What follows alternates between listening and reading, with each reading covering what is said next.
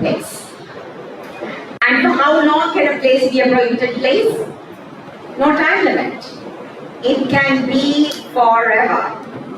The other power given to the president here is to prescribe for an organization.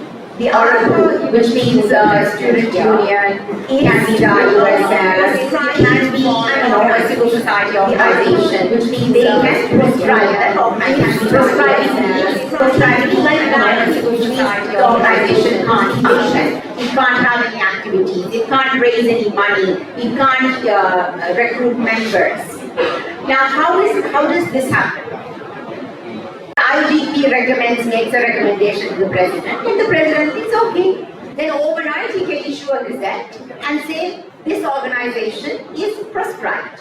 He can do it for 1 year. Once again, no criteria driven, no proper process, no oversight, no review of the decision.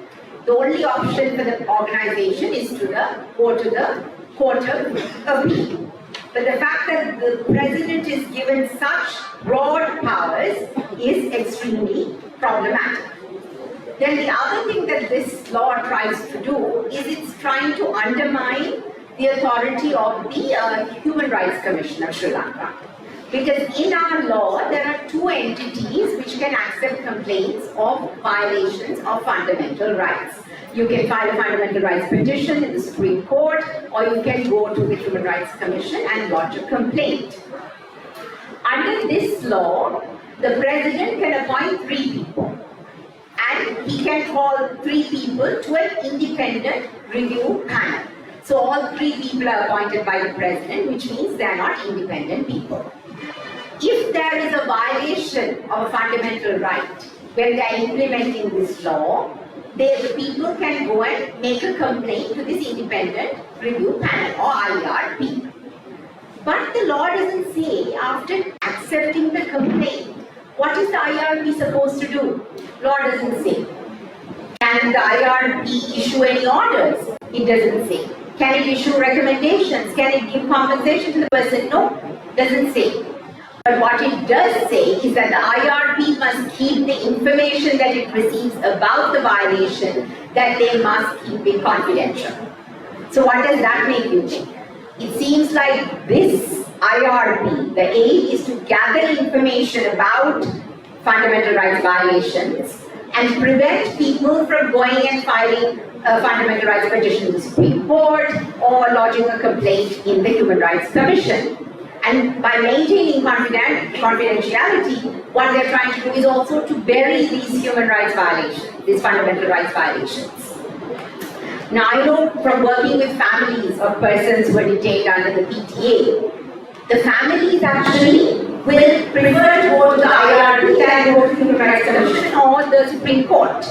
Why? Because they will think that this is a body set up under this law. Therefore, if we go here, we will get a better remedy than going somewhere else. So what it's trying to do is trying to psychologically make people not approach the Supreme Court and the Human Rights Commission and instead go here to this IRP. But the IRP can't give them any remedies because the law doesn't give them that power. All they can do is take the information and just bury it.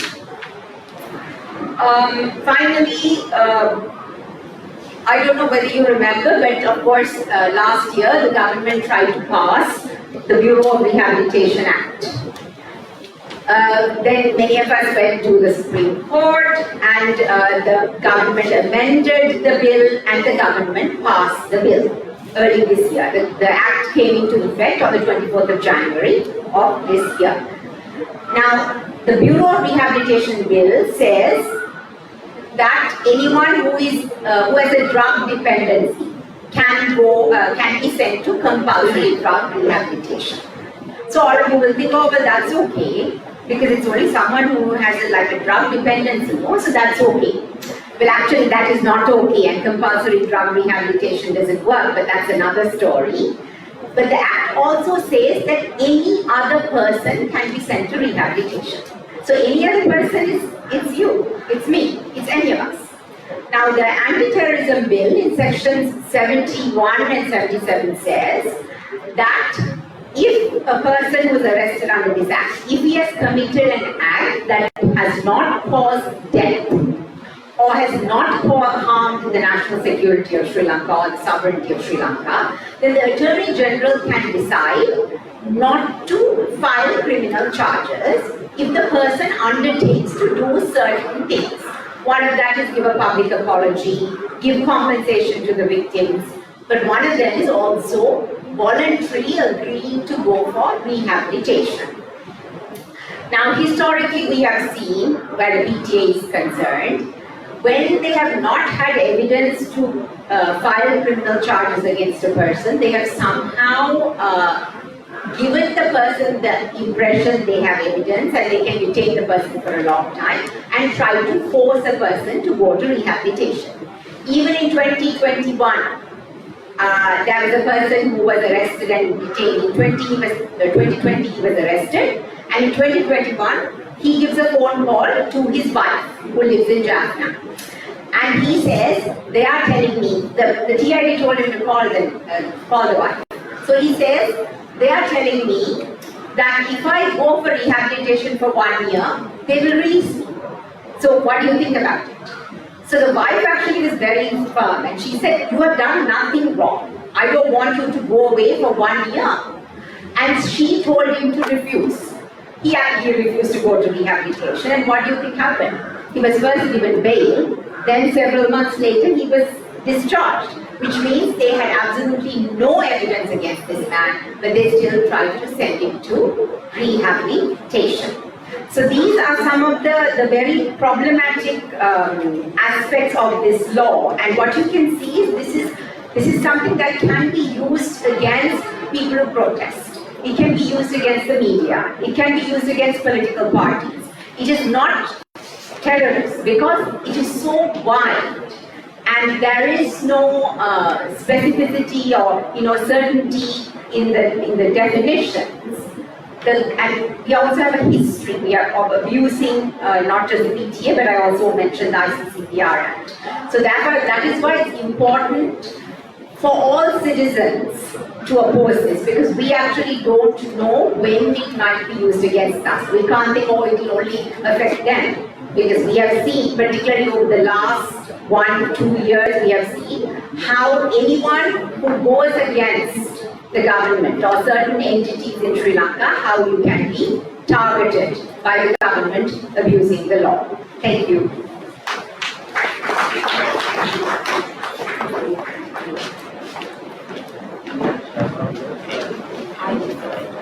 Thank you. අපි ස්තුතිවන්ත වෙනවා ඔබලා සම්පූර්ණයෙන් දැක්වන සම්බන්ධය. විශේෂයෙන්ම ඊයර විට ප්‍රමාද වීමෝ නීති සංගමය තමුන්ගේ අදහස පළ කරලා තිබෙනවා. ඔබ වාර්තාවකව කාරණා ගණනාවක් පිළිබඳව අවධානය යොමු කළා තිබෙනවා. ඒ විශේෂයෙන්ම අපි දන්නවා ඔහුගේ අරගෙන සමීප නීති සංගමයේ විසින් සමාන ස්ථාවර නිසා විශේෂයෙන්ම රටේ ජනතාවගේ ප්‍රජාතන්ත්‍රවාදී අයිතිවාසිකම් ආරක්ෂා කර ගැනීම සඳහා යම් පිළිවෙලක් වුණා. ඉතින් මේ මොහොතේ අපි සමග එකතු වෙලා ඉන්නවා නීති සංගමයේ හිටපු සභාපති ජනාධිපති සාරි පිරිස් මහතා. විශේෂයෙන්ම පසුගිය කාලේ පුරාවට වසන්ත මුදලිගේ නඩුව ඇතුළු නඩු ගණනාවකට අස්වාදී වැළැක්වීමේ පන්ති සම්බන්ධයෙන් වගන්ති යොදා නඩු ගණනාවකට ඔහු නීතිඥ පරිපක්ෂව පෙනී සිටියා. ඉතින් යත්දැකීම් සමුදායක් නීතිඥ සාරි පිරිස් මහතා මේ මොහොතේ අස්වාදී වැළැක්වීමේ මේ පනත විශේෂයෙන්ම කොතරම් දුරට ජනතාවගේ ප්‍රජාතන්ත්‍රවාදී අයිතිවාසිකම් උල්ලංඝනය කරනවා කියන කාරණය පමණක් නෙවෙයි. මේ පනත ඉනේම සඳහා මේ වෙලාවේ පත් තියෙන සමාජයේ ඉල්ලුම. අනෙක් අතට මේ බඳු ජනතාවගේ අදහස් අනිවාර්යයෙන්ම ගත යුතු පනතක් සම්බන්ධයෙන් කිසිදු මත විමසුමක් නොකර ඒ බඳු පනතක් ගෙනීමේ ඇත්තටම අවශ්‍යතාවය කොහොමද කියන කාරණේ පිළිබඳව මම හිතන්නේ ජනාධිපති සාරි පිරිස් මහතාට නම් අදහසක් අපි සමග බෙදා ගන්න පුළුවන් වෙයි. ඉස්සරහම ඒකට ආරාධනා සිදුවා ඔබගේ අදහස්.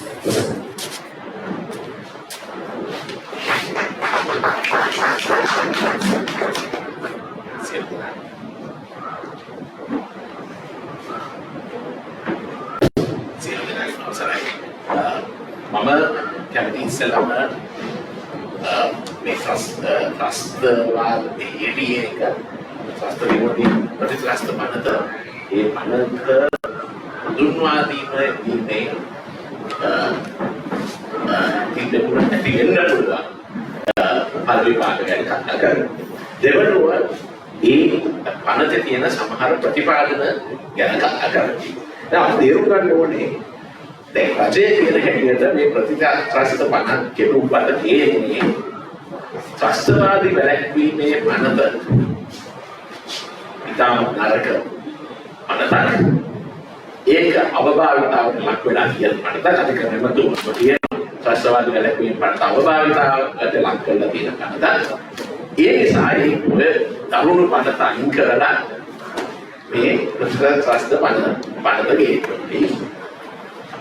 තම රජයේ පෙන්නන්නේ මේ පැත්තෙන් ජනතාවගේ පැත්තෙන් බලනකොට මේක යහපත් දෙයක් හැටියට තමයි අපිට පෙන්වන්න කරන්නේ.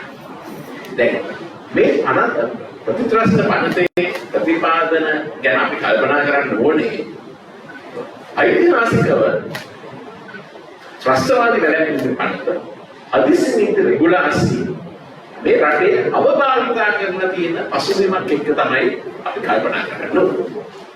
අපි දන්නවා ත්‍රස්තවාදී වැළැක්වීම පනත ගෙනාවේ 1979. මේ පනත ගේනකොට මේ පනත ගෙනාවේ తాවකාලික විවිධාන පනතක් හැටියට. දෙවනුව මේක හදිසි පනත කෙරුම්පතක් හැටියට තමයි ශ්‍රේෂ්ඨාධිකරණයට ගෙනාවේ. ඒ කාලේ හදිසි පනත කෙරුම්පතක් කියනකොට ශ්‍රේෂ්ඨාධිකරණයට තියෙන්නේ 24යි. මේ පනත කෙරුම්පතේ ව්‍යවස්ථානුකූල භාවය ගැන තීරණයක් ගන්න. අර සාමාන්‍ය පනත කෙරුම්පතක් වගේ ඒක අභියෝග කරන්න පුරවැසියට අවස්ථාවක් නැහැ. ඒ සීමිත අවස්ථාවක් තමයි ශ්‍රේෂ්ඨාධිකරණයට ලබා දීලා තිබුණේ මේ ත්‍රස්තවාදී වැළැක්වීමේ පනතේ ව්‍යවස්ථානුකූල භාවය ගැන පරීක්ෂා කරනවා. උත් අපි දන්නවා මේ ත්‍රස්තවාදී වැළැක්වීමේ පනත හැදීම අවබෝධ කරගන්න. මම පිළිඳලා තියෙනවා උතුරු නැගෙනහිර ප්‍රදේශයේ සැකකාරවරු වෙනුත් ඒ වගේම මම පිළිඳලා තියෙනවා දකුණේ යම් යම් අවස්ථාවලදී මේ පනත යටතේ අනුභව පාවෙන්න වෙනවා. ඒ වගේම මම මුල් කාලේ මගේ වෘත්තීය ජීවිතේ මුල් කාලේ මම පැවිදිලා පිළිඳලා තියෙනවා. මම රජයේ අධිපතිවරයෙක් හැටියට පිළිඳනකොට වදුල්ලේ හයිකෝර්ට් මහාධිකරණේ නඩු ගණනාවක් තිබුණා 1993 ත්‍රස්තවාදී වැළැක්වීමේ පනතය. අපි දකිනවා මේ අනත කොහොමද දේශපාලන බලධාරීන් සහ පොලිසිය අවබෝධ කරලා ඉන්නේ. ඒතකොට ඒ පසුබිම තුල තමයි මේ පනතේ අලුත් පනතේ භයානකකම උගලට මතක් කරොත් රැඳවුම් නියෝග සම්බන්ධ. දැන් රැඳවුම් නියෝග තියෙන්නේ මොකද ත්‍රස්තවාදී වැළැක්වීම සම්බන්ධයෙන් ඇමතිවරයාට ආරක්ෂක ඇමතිවරයාට සාමාන්‍ය එක කාලයක ජාතික ආරක්ෂාව පිළිබඳ ඇමතිවරයාට බලය දීලා තිබුණා රැඳවුම් නියෝග. මෙතන ඉන්න බොහෝ අය මතක නැතුව ඇති. සමහරවිට මතක ඇති 1980 ගණන්. දැන් ප්‍රසිද්ධ ගායකයෙක් ත්‍රස්තවාදී වැළැක්වීමේ පනත යටතේ රැඳවුම් භාරයට පත් කරා. ඒ වගේම හිටපු ජාතික ආරක්ෂක ඇමතිවරයාගේ රැඳවුම් නියෝග මත මොකද චෝදනාව? ඒ චෝදනාවේ තිබ්බේ යම් කාන්තාවගේ ආභරණ සම්බන්ධයෙන් මොනවා හරි අයුතු ලෙස ඒවා වැරදි ලෙස තමුගේ සංකේත ලබා ගන්නවා වගේ කතාවක්. ඇත්ත වශයෙන්ම මොකද පසුබිමුනේ පෞද්ගලික ආරම්භයක් තිබුණා ඇමතිවරයාගේ ඒ ගායකයයි අත ඒක මම කියන්නේ කැමති නෑ ඒ පසුබිම. නමුත් ඒ නිසා තමයි මේ රැඳවුම් නියෝගය නිකුත් කරේ. මාස කීපයකට ඒ ගායකයා රැඳවුම් නියෝගයට අඳුරලා තිබුණා. ඒක උදාහරණයක්. අපි දන්නවා කොහොමද කාලේ වුණත් අවස්ථා ගණනාවක රජය යම් පුද්ගලයෙක්ට අකමැති නම් ඒ පුද්ගලයාගේ ක්‍රියාකාරකම් ගැන අසතුටු නම් රජය ත්‍රස්තවාදී වැළැක්වීමේ පනත උදා කරනවා. මෑත කාලේ උදාහරණ තමයි වසන්ත මුදලිගේ. දැන් වසන්ත මුදලිගේට විරුද්ධව ත්‍රස්තවාදී වැළැක්වීමේ පනතයක් දීයෝ ගහලා ඊට පස්සේ රිමාන්ඩ් කරනවා අවුත් කරනවා.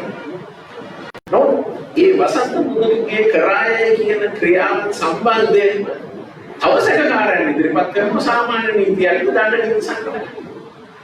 ඒක අනෙක් සැකකරුවන් දඬ නීති සංග්‍රහයක් කියන අනුදාන වසන්ත මුදලිගේව ත්‍රස්තවාදී වැළැක්වීමේ පනතයක් දීලා මේ රටේ දේශපාලන අධිකාරිය මේ පනත ත්‍රස්තවාදී වැළැක්වීමේ පනත අවවාද විතරයි. ඒ වගේම තමයි පොලිසිය. ඒක කවුරුද දන්නවා මේ රටේ පොලිසිය මට්ටම අපි කවුරුද දන්නවා. අද පොලිස්පතිවරයා අලුත් අවුරුද්දට දේශපාලනඥයන් කියන ගෙවල් වලට මුලක් දීලා වැදලා දේශපාලනඥයන් ගෙවල් වලට අපිට පොලිස්පතිවරයාට හයියක් නැහැ කියලා දේශපාලන අධිකාරියට විරුද්ධව කටයුතු කරන්න. දේශපාලන අධිකාරිය කියවෝ අහවල් නියෝජ්‍ය පොලිස්පතිවරයාව මාරු කරන්න කියලා ඒ කියලා මාරු කරනවා. පොලිස්පතිවරයාම පිළිගෙන තියෙනවා. පොලිස් ස්ථානාධිපතිවරු ඒ 90% දේශපාලන පත්‍රී. ඉතින් කවුද මේ නිර්දේශ කරන්නේ? පොලිස්පතිතුමාම ඒ නම් නිර්දේශ කරලා තියෙනවා. හැබැයි එතුමාම කියනවා අනේ මේ දේශපාලන පත්‍රී කියලා. ඉතින් මේ පසුබිම යටතේ තමයි අපි කල්පනා කරන්න ඕනේ මේ ත්‍රස්තවාදී ප්‍රතිත්‍රස්ත පනතේ ප්‍රතිපාදන වල තියෙන බයන. එතනදී තමයි අර රැඳවුම් නියෝග සම්බන්ධයෙන් මම දකින්නේ මේක ඉතාමත් භයානක ප්‍රතිපාදනයක් තමයි 31 වෙනි වගන්තිය යටතේ දෙතෙන් කල් ත්‍රස්තවාද වැළැක්වීම පනතේ රැඳවුම් නියෝග නිකුත් කරන්න පුළුවන් ඇමතිවරයා. මම කියන්නේ ඇමතිවරයා නිකුත් කරනකොට හොඳයි කියලා කියන එක නෙවෙයි. නමුත් දැන් උත්සාහ කරන මේ බලය දෙන්න නියෝජ්‍ය පොලිස්පතිවරු මේ රටේ නියෝජ්‍ය පොලිස්පතිවරු උගුමාර ප්‍රමාණය කියන 42ක් ඉන්නවා කියන්නේ. ඒසොත් මේ රට පුරාම ඉන්න නියෝජ්‍ය 50 මම ඉවතියා කියලා 50 රාසන් කාගාන මේ 50 දෙනාට සැකකරුවන්ට අවුරුද්දක් දක්වා රැඳවුම් නියෝග නිකුත් කරන්න බලය දුන්නා. ඇති වෙන්න පුළුවන් තත්ත්වයක්. එක නියෝජ්‍ය පොලිස්පතිවරයා තමුන්ට අකමැති පුද්ගලයන්ට විරුද්ධව පොලිසියට කියලා රිපෝට් එකක් දාලා රැඳවුම් නියෝග නිකුත් කරන්න පටන් ගත්තා. ඒකට ආණ්ඩුව කියන එක තමයි කමක් නෑ ඒව අභියෝග කරන්න පුළුවන් ශ්‍රේෂ්ඨ අධිකරණය කියන්නේ. කී දෙනෙක්ට ශ්‍රේෂ්ඨ අධිකරණයේ මූලික අයිතිවාසිකම් නඩු දාන්න පුළුවන්. නඩු බවකට මේව අභියෝග කරන්න. සමහර සැකකරුවන් පෙළඹෙන ගුරු ඒවා ගොඩින් බේරන්න. ඒතකොට ගොඩින් බේරන්න හදනකොට කාවන් සල්ලු කරන්නේ. සමහර ඒ නියෝජ්‍ය පොලිස්පතිවරයා. ඒතකොට මේක සමහර මම කියන්නේ හැම පොලිස් නිලධාරියෙක් දුෂ්ටයි කියලා. මොකද සමහර දුෂ්ට නිලධාරීන් මේ ආදායම් මාර්ගයක් වෙන්නත් පුළුවන් මේ ප්‍රතිදස්ත පන්න. රැඳවුම් නියෝග කොහොමද නිකුත් කරන්නේ? මාස 3ක් දක්වා නිකුත් කරන්නේ. අධිකරණ නැවතුමා ඊයේ දවසේ අපේ ෆේස්බුක් කියන වැඩසටහනක් අධිකරණ නැවතුමා කියලා කියනවා මේක 2018 ගෙනාපු ප්‍රතිත්‍රස්ත පනත සමානයි කියනවා. ප්‍රතිත්‍රස්ත පනත 2018 ගෙනාපු කවුන්ටර් ටෙරරිසම් බිල් එකේ ප්‍රතිපාදන අනුව DIG කෙනෙක්ට රැඳවුම් නියෝග නිකුත් කරන්න බලය තිබුණේ සති 2කට පමණයි. සති 2යි. ඊට පස්සේ මහේස්ත්‍රාත්වරයාට දාන්න ඕනේ. දැන් මේ පනත් කෙරුම්පත යටතේ මාස 3ක් දාන්න ඕනේ.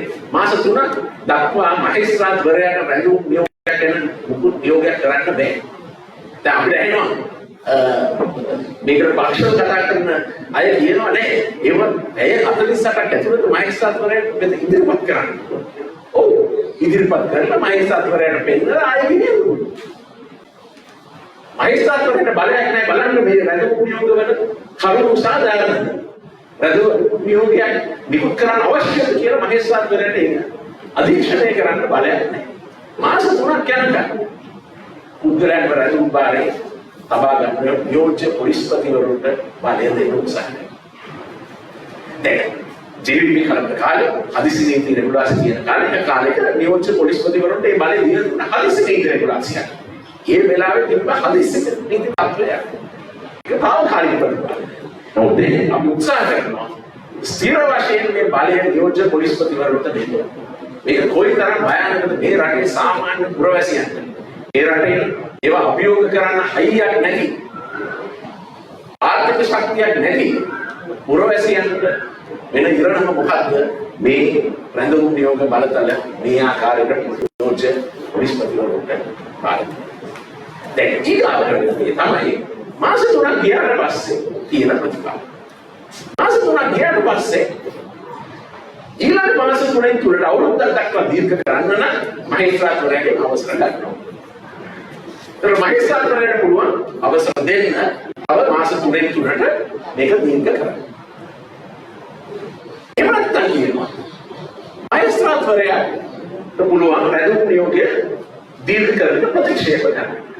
එහෙම ප්‍රතික්ෂේප කරන්න පොලිසිය මේ මාස 3 ඉවර වෙනකොට රහස ඉන් කැමරා රහසිගතව තමයි කියන්නේ අර ප්‍රසිද්ධ අධිකරණේ විවෘත අධිකරණේ නෙවෙයි පෞද්ගලික කියන්නේ මහේස්ත්‍රාත්වරයාගේ ඉන්න පැතිරියේ තමයි මේ ඉල්ලීම විභාග කරන්නේ. එතනදී ලේඛන සමාන ලේඛන පොලිසියට පුළුවන් මහේස්ත්‍රාත්වරයාට කොන්ෆිඩෙන්ෂල් ડોකියුමන්ට්ස් කියලා ඉදිරිපත් කරන්න. ඒවා විද්‍යාවට ඒ ලේඛනවලට ප්‍රවේශ නැහැ. ඒතර නීතිඥවරයෙක් කොහොමද තර්කයක් උන්නගන්නේ ලේඛන දෙන්නේ නැහැ. නීතිඥවරයෙක් මෙහෙන්න පුළුවන් කියන්නේ. හැබැයි ලේඛන දෙන්නේ නැත්නම් නීතිඥවරයෙක් කොහොමද තමුන්ගේ සේවාදායකයන්ට සාධාරණයක් කරන්නේ? දැන් එහෙම කියන්නේ ඊට පස්සේ ප්‍රතිපාදන කියන්නේ දැන් ඩීఓ එක දෙන්න රැඳවුම් නියෝගය දීර්ඝ කරන්නේ නැති වුණත් කරුණු තියෙනවා නම් මහේස්ත්‍රාත්වරයා රිමාන්ඩ් කරන්න ඕනේ. කොච්චර කාලෙකට රිමාන්ඩ් කරන්න ඕනද කියලා නැහැ. එතකොට අපි කියමු පොලිස් වාර්තාව වලින් අනාවරණය වෙනවා රාष्ट्रවාදී ක්‍රියාවක් කරලා. මහේස්ත්‍රාත්වරයාට කියන්න පුළුවන් නේ. අප දැන් ඇති රඳව ගන්න. පොලිස් වාරේ රඳව ගන්න ඇති. හැබැයි ඒ වුණත් මහේස්ත්‍රාත්වරයා කරුණු කියනවා නම් රිමාන්ඩ් කරන්න ඕනේ. මහේස්ත්‍රාත්වරයාට ඒ වෙලාවේ අපෙන්න පුළුවන් කියලා නැහැ. කරුණු තියෙනවා. අපෙන්න පුළුවන් කියලා කියන්නේ බැලුම් බැලමකට කරුණු නැත්නම් අපෙන්න ඕනේ. ඒක පොඩ්ඩක් හිතන්න. බැලුම් බැලමකට කරුණු නැත්නම් මොකටද අපෙන්නේ? විනාශ කළා යවන්නේ. හැබැයි මේ මානද කියන්නේ reasonable suspicion එකක් නැත්නම් සාධාරණ සැකයක් නැත්නම් ඒක අපෙන්න. ඒ කියන්නේ අර මේ නඩුව ඒක අපි කියමු කුමාරපුරමාන්තර අත්අඩංගුවට ගන්න. ජනතාව විමුක්ත කරපු සමාජිකයෙක් කියලා. නැත්නම් නුවන් ඕපගේ මාත්‍ර අත්අඩංගුවට ගන්න. මේ පරිදයට ඉදිරිපත් කරනවා. ඉදිරිපත් කරාම මහේස්ත්‍රාත්වරයාට බෑ කියන්න හේතු නැහැ. ඒ නිසා නිදහස් කරනවා. හේතු නැත්නම් උන අපදෙන්න. මොන ලෝකෙද කියන්නේ එහෙම නීතියක් කියන්න පුළුවන්. හේතු නැත්නම් උන අපදෙන්න ඕනේ. අපි ඒකට අපදෙනවා කියන්නේ සැකකාරයෙක් හැටියට මේ නඩුවට අහු කරලා තියාගන්නවා. ඊළඟ අවුරුදු 10 15. ඒක එහෙම වෙන්න බෑ. ඒකට අනිත් කාලෙක හේතු තියෙනවා නම් අපදෙන්න බෑ රිමාන්ඩ් කරන්න ඕනේ. නඩුව නීතිපතිවරයා පවරන්නේ කවද්ද? තව අවුරුදු 10කින් පැවරුවොත් අවුරුදු 10ම ඇතුලේ ඉන්න ඕනේ. අප පිළිබඳව ප්‍රතිපාදනයක් නැහැ. අප ගැන ප්‍රතිපාදනයක් තියෙන්නේ හයි කෝට් එකේ. මහාධිකරණයේ නඩු පැවරුවට පස්සේ ඊට පස්සේ අවුරුද්දක් ඇතුළත නඩුව ඉවර කරේ නැත්නම් අප දෙන්න ඕනේ. අපි දන්නවා නීතිපති දෙපාර්තමේන්තුවේ ඒ අයගේ කාර්යබහුල ස්වභාවයත් එක්ක සමහර විට නඩු පවරන්න මෙලන අනිකම නීතිපති තුමා පාත්‍රයට මහත්මයා පොතක් කියලා තියෙනවා නීතිපති උපදෙස් කියලා. එතකොට සමහර විට උපදෙස් කෙන කාල අවුරුදු ගාණක් යනවා. ඒ නීතිපතිවරයා නඩු පවරන්න තීරණය කරන කාල සැකකාරයා රිමාන්ඩ් බාරේ පව. එතකොට ඒ තමයි මේ පනතේ රැඳවුම් නියෝග සහ අප පිළිබඳ ප්‍රතිපාදන බලනකොට මේක ත්‍රස්තවාදී වැළැක්වීමේ පනතේ ප්‍රතිපාදන වලට අන්තයි කියලා අපිට කියන්න. ත්‍රස්තවාදී වැළැක්වීමත් අයින් කරන්න ඕනේ කියන කිසි තර්කයක් නැහැ. නමුත් ඒක අයින් කරලා ඊට ඊට වඩා දරන අවබෝධතාවට ලක් වෙන්න පුළුවන් පණක් ගේන්න කිසිසේත් අපිට ඉඩ තියාගෙන ඉඳ තිබිය යුතු නැහැ. අපේ රටේ අධිකරණ ඇමතිතුමාව පිළිගන්න පොලිසියේ මත්ද්‍රව්‍ය නඩු බොරු නඩු පවරනවා කියලා අද අධිකරණ ඇමතිතුමාව පිළිගන්න. සමහරවිට පොලිසිය බාරව ඉන්න ඇමති ඒක පිළිගන්නේ නැතුව ඇති. හැබැයි එවැනි තත්ත්වයක් යටතේ මේ ප්‍රතිපාදන අවධාවිතා කරන්නේ නැහැ කියලා කොහොමද අපිට කියන්නේ? ඕනම පනතක පුද්ගලයාගේ පුද්ගල නිදහස ආරක්ෂා කරන්න ප්‍රතිපාදනයේ පනතේ අන්තර්ගත දෙයක්. මම ඉන්න ස්ථාවරේ තමයි මම නුවන් සහ සමහර විට අම්බිකා සත්තුනාත් මහත්මයාගේ අදහස් වලින් මම ටිකක් වෙනස් වෙනවා. මගේ විශ්වාසය තමයි සමහර විට මේ ත්‍රස්ත විරෝධී පනත විශේෂ පනතක් රචයකට ගේන්න පුළුවන්. හැබැයි ඒනකොට අවශ්‍ය කරන රැකවරණ උද්ගල නිදහස ආරක්ෂා කරන්න අවශ්‍ය කරන ප්‍රතිපාදන තියෙන්න ඕනේ.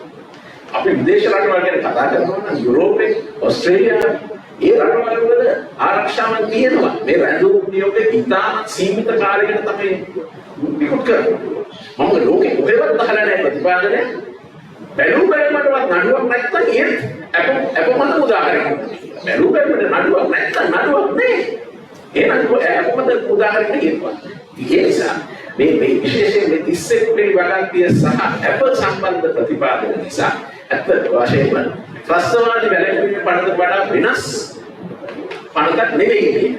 ඊට වඩා අනුකූල පනත අඩු ගන්න ආරක්ෂක ඇමතිවරයාට යනකොට ඒ කියන්නේ ඇමතිවරයානේ අඩු ගන්න ආරක්ෂක ඇමතිවරයා DOC විතර එකපාරට අත්සන් කරන එකක් නෑනේ. රැඳුම් නියෝග 50ක් විතර එකපාරටම ජනාධිපතිවරයා අත්සන් කරගෙන යන එකක් නෑ. නීතිය තමයි අතටම හැම රැඳුම් නියෝගයක් ඉවත් කරනකොටම ජනාධිපති ඇමතිවරයා තමුන්ගේ මනස ඒ නියෝගයක විකුත් කරන්න කළ යුතුද නැද්ද කියලා තමුන් කල්පනා කරලා තමයි විකුත් කරන්න ඕනේ. ප්‍රායෝගික වෙන්නේ ඇත්තටම අධිකරණ ඇමති ආරක්ෂක ඇමති ගොඩක් වෙලාවට ඒක අත්සන් කරනවා විතරයි.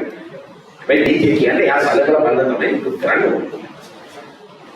දැන් ආරක්ෂක ඇමතිවරයා එක වෙලාවක ඩීఓ 50ක් අත්සන් කරන එකක් නෙවෙයි. හැබැයි නියෝජ්‍ය පොලිස්පතිවරු 50 පහසුවේ මහිතන්නේ වරද ක්‍රියාත්මක ඊළඟ මාස කිහිපය ඇතුළත 10ක් විතර ලේසියෙම රැඳුම් නියෝග වෙන අලුත් රැඳුම් බන්ධනාගාරයක් ආරම්භ කරනවා. සමහර විට බුස්ස ආයි විවෘත කරන්න වෙයි. ඒක මම හිතන්නේ උත්සවාකාරයෙන් ඕන විවෘත කරන්න පුළුවන්. අලුත් රැඳුම් කඳවුරක් මේ ප්‍රතික්‍රස්ත පනත යටතේ රැඳවියන් වෙනුවෙන් ප්‍රතිපාදන දෙන වඩා මානුෂිකව සලකන්න ඕනේ කියලා. ඉතින් වඩා මානුෂිකව සලකන රැඳුම් ස්ථානය කඳවුරක් විවෘත කරන්න පුළුවන් මේ රටේ නායකයන්ට. හැබැයි මට තියාගන්න ඕනේ මේ බණක ඒක බයනකම තමයි ඒවා දැන් ඉන්න ජනාධිපතිවරයා දැන් ඉන්න ඇමතිවරු ඒ දුර කාලේ ඉවර වුණාම මේ පණ ඉතුරු වෙනවා. මේ 79 පණද ජයාචාර්ය ජයාචාර්ය මහත්මයා මියගියොත් දැන් මම හිතන අවුරුදු 20ක් 30ක් වෙනවා. හැබැයි මේක පළවෙනි පාර මේ රටේ පුරවැසියන් තවමත් අපිට මේව මුක්ති විඳින්න වෙලා තියෙනවා. ඒතර මේ පණද දැන් ගිරනකොට මේ ජනාධිපතිවරයා මේ දැන් ඉන්න දේශපාලනඥයන් දැන් ඉන්න පොලිස්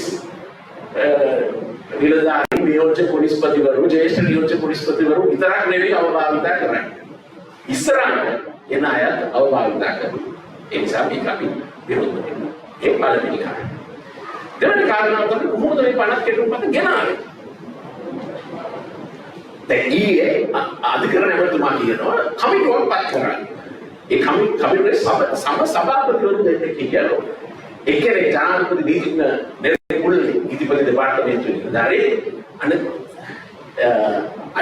අනෙක් නීතිපතිවත්ම ජනාධිපති නීතිඥ නලින් ඉන්ද්‍රතිස් පුද්ගලික නීතිඥ මම ඇමතිවරයාගේ ප්‍රශ්නයක් දැන් ඇමතිවරයා කියන්නේ මේ කමිටුවේ හිටියා සියලු කියන්නේ නීතිපති දෙපාර්තමේන්තුවේ පෞද්ගලික නීතිඥ මණ්ඩලයේ කොහොම නියෝජිත එකතු වෙලා තමයි මම ප්‍රශ්න කරුවා මේ හැමෝම එකතු වුණාද මේක කියන්නේ.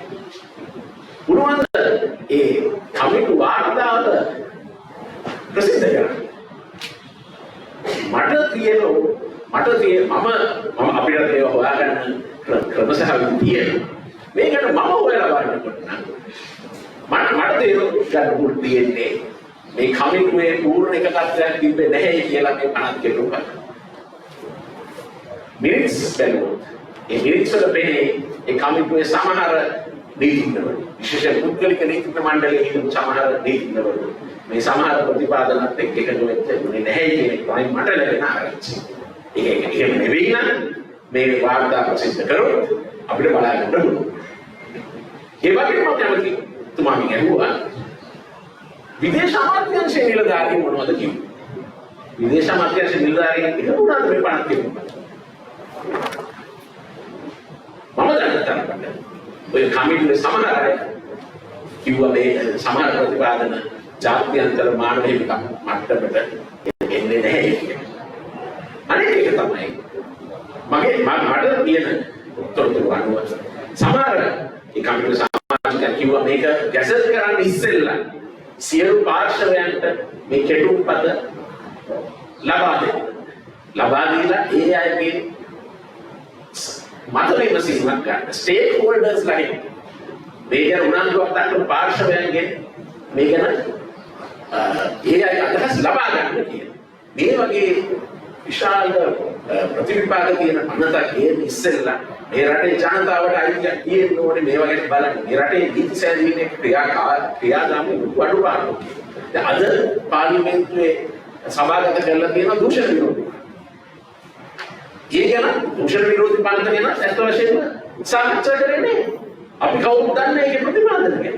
ඒක මොකද නරකද ඇත්ත වශයෙන්ම දූෂණ වළක්වන්නද නැත්නම් ඒක තුලින් දූෂණ වළක්වන්න බැලකීමක්ද වෙන්නේ නැත්නම් දූෂණ වලින් බේරෙන්න පුළුවන්ද මේ වගේ මම දන්නේ. ඉතින් මේ වගේ මේ පනත් කෙරුම්පත් ගැසට් කරන්න ඉස්සෙල් ඒකට අමතුමාගේ උත්තරේ තමයි අමතුමා කියන්නේ ආණ්ඩුවේ විවස්ථාවේ ගැසට් කරන්න ඕනේ කියන්නේ. ඒක හරි. ඒ සම්ප්‍රදාය තමයි ප්‍රජාතන්ත්‍රවාදී රටවල නීති නිල ක්‍රියාදාමයේ ඉස්සෙල්ලා ඒව ගැන සාකච්ඡා කරනවා. වයිට් පේපර්, ග්‍රීන් පේපර් එන සංකල්ප තියෙනවා. ඒව ප්‍රසිද්ධ කරලා ඒව තමයි අපි අදහස් කරන්නේ. ජනතාව දැනුවත් කරන්න. එහෙම කරන්නේ පනත් කෙරුම්පත් මේ රහසිගත වෙන්නේ නැහැ. අනුම ගානේ ශ්‍රී ලංකා නීතිඥ සංගමයට පිටපතක් ලබා දුන්නේ නැහැ ඒක ගැසට් කරන්න ඉස්සෙල්ලා. නීතිඥ සංගම ඉල්ලා සිටියා. අධිකරණ ඇමතිවරයාගේ විදේශ ඇමතිවරයාගේ මේ පිටපත් ලබා දෙන්න ගැසට් කරන්න ඉස්සෙල්ලා ඒක ලබා දුන්නා. ඇයි මේක ඇත්ත වශයෙන්ම ප්‍රජාතන්ත්‍රීකව කරන්නේ වඩා මේ ප්‍රස්තරයක් මේ පනතේ දැනට තියෙන පනතේ නරක ප්‍රතිපාදන අයින් කරන්න. ඒක මේව ප්‍රසිද්ධිය කරන්න බැරි. ඇයි මේ රටේ ජනතාවට මේවා වසන් කරලා කරන්නේ? ඒක ගැන මට ලොකු ගැටලුවක්. ඊගාවට මේ පනත් කෙරුම්පතේ තව ප්‍රතිපාදන ගණනාවක් තියෙනවා. විශේෂයෙන්ම ඇප්ලිකේෂන් සම්බන්ධයෙන් යම් දේවල් පළකිරීම සම්බන්ධයෙන් තියෙන ප්‍රතිපාදන. අදහස් පළකිරීමේ ප්‍රතිපාදන ගැටලු සාකච්ඡා. දැන් මට අපි අනෙක් දේශවල කතා කරලා තියෙනවා සමහර අනෙක් ප්‍රතිපාදන ගැන. මම කැමති ප්‍රශ්නයක් මතු කරන්න. ඇත්ත වශයෙන්ම ප්‍රශ්නවාදයේ වළක්වන්න පුළුවන්ද මේ පනත් කෙරුම්පත? ඇත්ත ප්‍රශ්නවාදයේ අපි ශ්‍රේෂ්ඨාධිකාරී නඩු තීන්දුව ගන්නොත් පාස් වෙලා නඩු තීන්දුව ගත්තොත් ඒ නඩු තීන්දුව කියවෙන්නේ මේ සිකියුරිටි අපරටස් එකේ ආරක්ෂක අංශයේ ෆේලියර් එකක් තියෙනවා. ඒ නිසා තමයි මේ ගොන්නේ. ජනාධිපතිවරයා සිකියුරිටි කවුන්සිල් එක හරියට ඇඳුන්නේ නැති. බුද්ධ්‍යංශ වලට තොරතුරු ලැබිලා ඒ තොරතුරු නිසියාකාරයෙන් අනෙක් අංශ වලට සංනිවේදනය වෙන්නේ නැති. මේවා බලන්න තීරණ ගත්තේ නැති. ඒ නිසා තමයි පාස් ප්‍රකාරයෙන් සිද්ධ වුනේ. ඒතකොට මේ පනත තියෙනවද? ඒ වෙච්ච දේවල් නැවත ඇතිවීම බලන්න ප්‍රතිපද. මේ රටේ බුද්ධ්‍යංශ යොදා ගන්න ඕනේ නිලකාරයන් සඳහා. මේ රටේ ප්‍රශ්න තියෙන මේ රටේ පොලිසිය මේ රටේ සමහර වෙලාවට ආරක්ෂක හමුදාව සමහර වෙලාවට පාවිච්චි කරන දේශපාලන කාරණාවක් වලට උද්‍යක්ෂ දෙන්නේ. ඒක නවත්තලා නියම වෘත්තීමය ත්‍රස්ත විරෝධී සේවාවන් ඇති කරන්නේ කොහොමද? ඒව සාක්ෂාත් කරන්න මේ බලන ප්‍රතිපාදක තියෙනවා. මම හිතන්නේ තියෙනවා. ඒ නිසා මම මේ හිතන්නේ මේ පනත ගෙනාලා ත්‍රස්තවාදී වැළැක්වීම පනත අහෝසි කළා මේ පනත ගෙනාවයි කියලා මේ රටේ සත්‍ය වශයෙන්ම ත්‍රස්තවාදයට එරෙහිව කරන්න ඕන දේවල් ශක්තිමත් වෙයි. මේ බැලු බැලමට අපිට කියන්නේ ඒක ප්‍රජාතන්ත්‍ර වඩා ප්‍රජාතන්ත්‍රවාදී පනතක් ගේන්න තමයි මිනිස්සු දහස කවුරු කරන නීතියක් ගේන්න. හැබැයි අපි කවුරුත් දන්නවා මේ රටේ අලුත් නීති ගේනකොට විශාල ගැටලුවක් තියෙනවා. ඒ අලුත් නීති ගේනකොට වෙන්නේ ඒ අලුත් නීති අර්ථ නිරූපණය කරන්න කාලයක් යනවා. ඒ අලුත් නීති අවබෝධ කරගන්න තියෙන ප්‍රවණතාවය වැඩි. දැන් ICC පනත සම්පූර්ණ අවබෝධ කරගන්න තියෙනවා. ඒකට කොහොමද අපි මේ ප්‍රතික්‍රියාවට පනත සාධාරණ ආකාරයෙන් භාවිත කරයි කියන්නේ මේ අනදී අවශ්‍ය කරන ආරක්ෂාවක් නැහැ. අර කමිටුවක් ගැන කතා කරනවා රිවිව් බෝඩ් එකක් ගැන කතා කරනවා ඒ අංශවල ඒවා වල ස්වාධීන භාවයක් ගැන වෙන්නේ නැහැ. ඒ මේ බලතල අධිකරණයේ විනිශ්චයකාරවරු ඒ මේ ඩීఓ නිකුත් කරන්න තියෙන බලතල මහේස්ත්‍රාත්වරුන්ට දෙන්න බැහැ.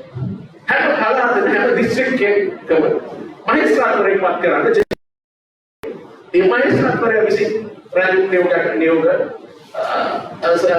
අක්ෂර කරන්න පුළුවන් විදිහට. ඒ යෝජන පොලිස්පතිවරයා බලන්න දෙන්න පුළුවන් නම් අදලස් දෙන්නට ඒ ජේෂ්ඨ මහේස්ත්‍රාත්වරුන්ට දෙන්න බැහැ. ඒ මේ පන්ත ක්‍රියාත්මක කරන්න හැම දිස්ත්‍රික්කයකම මහේස්ත්‍රාත්වරයෙක් නම් කරන්න. ජේෂ්ඨ මහේස්ත්‍රාත්වරයෙක් රජු නියෝග නිකුත් කරන්න.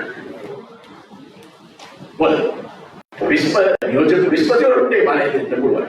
මේ රටේ ජේෂ්ඨ මහේස්ත්‍රාත්වරු අවුරුදු 20 15 10 ඒ දුර ධර්ම විනිශ්චයකාරවරු. ඒ මේ විනිශ්චයකාරවරු මේ බලද ක්‍රියාත්මක කරන එකට බය. ඒ අවසර දෙන්නේ ඒක ක්‍රියාත්මක කරන්න. බොහෝ රටවල විනිශ්චයකාරවරුන්ට මේ බලය තියෙන්නේ. විධායකයෙක් නෙවෙයි. ඒකට හේතුව තමයි අපි තේරුම් ගන්න ඕනේ මේ රටේ මේ වෙලාවේ වෙන ප්‍රශ්නත් එක්ක අපි දන්නවා මේ රටේ ස්වාධීන ආයතන වලට පහුගිය මාස කිහිපය තුළ ඒ ස්වාධීන ආයතන වල උදු නාරකීය විවිධ උත්සාහයක් තියෙනවා. ස්වාධීන කොමිසම් සභාව, මැතිවරණ කොමිසම් සභාව, මානව හිමිකම් කොමිසම් ඊළඟ කරගෙන තියෙනවා. අධිකරණයේ නියෝග වලට අවනත නොවී අධිකරණයේ විනිශ්චයකාරවරුන්ට එරෙහිව පියවර ගන්න උත්සාහයක් තියෙනවා. ඔය එක නීති අර්ථ මුක්ති පාවිච්චි කරනවා. ඉතින් ඒ උත්සාහය එක තමයි මම හිතන්නේ මේ පනතේ ඒ බලය විනිශ්චයකාරවරුන්ට දෙන්න අකමැත්තක්. මේකට අපි කිසිසේත් ඉඩ දෙන්නේ නැහැ. මම හිතන්නේ මේක මේ පනත රජය මම හිතන්නේ රජය උත්සාහ කරනවා ඊයල් කරන තුමාගේ කතාව අපි තේරුම් ගන්න තිබ්බේ රජය ලෑස්ති සමහර දේවල් මම විශ්වාස කරන්නේ මේ පනත සම්පූර්ණයෙන් අයින් කරලා අලුත් කෙරුම්පත ගියනවනේ ඒක ගේන්න පෙර මේක ප්‍රසිද්ධ කරලා අවශ්‍ය පාර්ශවයන්ගෙන් අදහස් ලබාගෙන ඉවුන් සංවාදයක් මේකන පවත්වලා මිස මේ පනත මේ ආකාරයෙන් කියන එකට විරුද්ධ වෙයි. අපේ නිදහස අපේ පුරවැසියන් අපගේ නිදහස සීමාව මේ මූලික අයිතිවාසිකම් සීමාව මේ දැනටමත් අර ත්‍රස්ත විරෝධී වැරදි ගැන කියුණා මම කැමති ඒක මම අවසන් කරන්නේ ඒක වගන්තියක් අරගෙන එන්නන්න මේක කොච්චර බයන්නේ මේක තුන්වෙනි වගන්තිය තියෙනවා චේතනාව සැකකරුගේ චේතනාව මේ වලින් එකක් වෙන්න පුළුවන් intimidate the public ජනතාව බියකරන්නේ preventing wrongfully or unlawfully compelling the government to do or not to do any act. රජයට යම් දෙයක් කරන්න හෝ නොකරන්න නීති විරෝධීව නැත්නම් වැරදි ආකාරයෙන් බලන චේතනාව. ඒක අපි කියමු. රජය තීරණය කරනවා මේ රටේ සෞඛ්‍ය අංශය සම්පූර්ණ පෞද්ගලීකරණය කරන්න. ඕන රජයකට නීති කරන්න පුළුවන් ඒක. අලුත් සෞඛ්‍ය මට්ටම් ගෙනල්ලා කියනවා රෝහල්වල මෙතෙන් සිට නිදහස් සෞඛ්‍ය නැහැ කියලා. නැත්නම් නිදහස් අධ්‍යාපනය නැහැ. එතකොට මේ රටේ පිරිසකට කියනවා මේක වැරදි මේකට විරුද්ධව උද්ඝෝෂණය කරන්න ඕනේ. රජය කියනවා නෑ මේ අපේ අයිතිය මේ වගේ තීරණයක් ගන්න. එහෙමනම් මේ උද්ඝෝෂණය කරන පිරිස මේ අර්ථ නිරූපණයට වැටෙනවා. රජයට යම් දෙයක් නොකරන්න කියලා වැරදි ආකාරයෙන් බල කරන්නේ. එහෙම කියලා ඊගාවට කියනවා මේව තමයි ක්‍රියා. Causing serious obstruction or damage or interference with essential services. Interference with essential services. අත්‍යවශ්‍ය සේවා එක්වලට අයුතු ලෙස බාධා කිරීම. එනම් පේපර් මාක් කරන එක අත්‍යවශ්‍ය සේවාව ඒක නොකරන අයුතු ලෙස බාධා කරනවා නම් ඔන්න මේ එකතු කරලා ත්‍රස්තවාදී වැළැක්වීමේ පනත යටතේ DO පොලිස් නියෝජ්‍ය පොලිස්පතිවරයෙක් දාලා DO එකක් ගන්නවා. මේ පනත ඒ තරම් පුළුල් ඇත්තටම ත්‍රස්තවාදී වැළැක්වීමේ පනත තියෙන ඕනේ ප්‍රතිශත පනත ටෙරරිසම් නවත්තන්න. ටෙරරිස් කිරීම නවත්තන්න. But now මේකේ එතනින් එහාට අර්ථ විවරණයක්. ඒක දැන් ඊයේ අපේ අධිකරණය කොහොමද කිව්වා මේ වීඩියෝ නිකුත් කරන එක නියෝජ්‍ය පොලිස්පතිවරට දෙන්නේ මෙච්චර කාල දේශපාලන අධිකාරියක් දීලා තිබ්බේ හැමතිස්සෙනේ දේශපාලන අධිකාරියෙන් අයින් කරලා තමයි නියෝජ්‍ය පොලිස්පතිවරුන්ට දෙන්නේ. මේ රටේ නියෝජ්‍ය පොලිස්පතිවරුන්ගේ බහුතරයක් දේශපාලන අධිකාරියේ අනසකට යමක් නොවී දේශපාලනේ කතා කරලා කිව්වොත් මේ වීඩියෝ එක අත්සන් කරලා එවන්න කියලා. ඉවරුන් කීයේ කීදෙනෙක් හයියටේද ඒ වීඩියෝ එක අත්සන් නොකරයි. ඉතින් මේ පාත් කෙරුපත මේ ආකාරයක මේ අත්දැකීම් වගන්ති රජු නියෝග අප සංවිධාන තහනම් කිරීම මේ සමස්තය ගන්නකොට මේ 50 කෙරුපතේ පද මම හිතන්නේ තාම පායන පටන්. හැබැයි සමහර කියනවා නෑ කමන්නේ මේක ශ්‍රේෂ්ඨාධිකරණය අභියෝග කරලා ශ්‍රේෂ්ඨාධිකරණය මේක හොඳ නරක හොයලා බලන්න. ශ්‍රේෂ්ඨාධිකරණය අභියෝග කරන්න පුළුවන් ව්‍යවස්ථානුකූල භාවය සඳහා පමණයි. ශ්‍රේෂ්ඨාධිකරණයට තීරණය කරන්න බෑ 50 කෙරුපතේ ප්‍රතිපාදන හොඳයිද නරකයිද. ශ්‍රේෂ්ඨාධිකරණයේ තියෙන අධිකරණ බලයේ පරාසය සීමිතයි. ඒ නිසා ශ්‍රේෂ්ඨාධිකරණය කිව්වට මේක ව්‍යවස්ථානුකූලයි කියලා ඒකේ 50 කෙරුපත හොඳ වෙන්නේ නෑ. ඒ නිසා තමයි අපි දිගට මේකට විරුද්ධ වෙන්නේ. මේක සම්පූර්ණ පාර්ලිමේන්තුවක සභාගත කරන එක ඒකට අපි විරුද්ධ වෙන්න ඕනේ. ඒ හේතුව නිසා.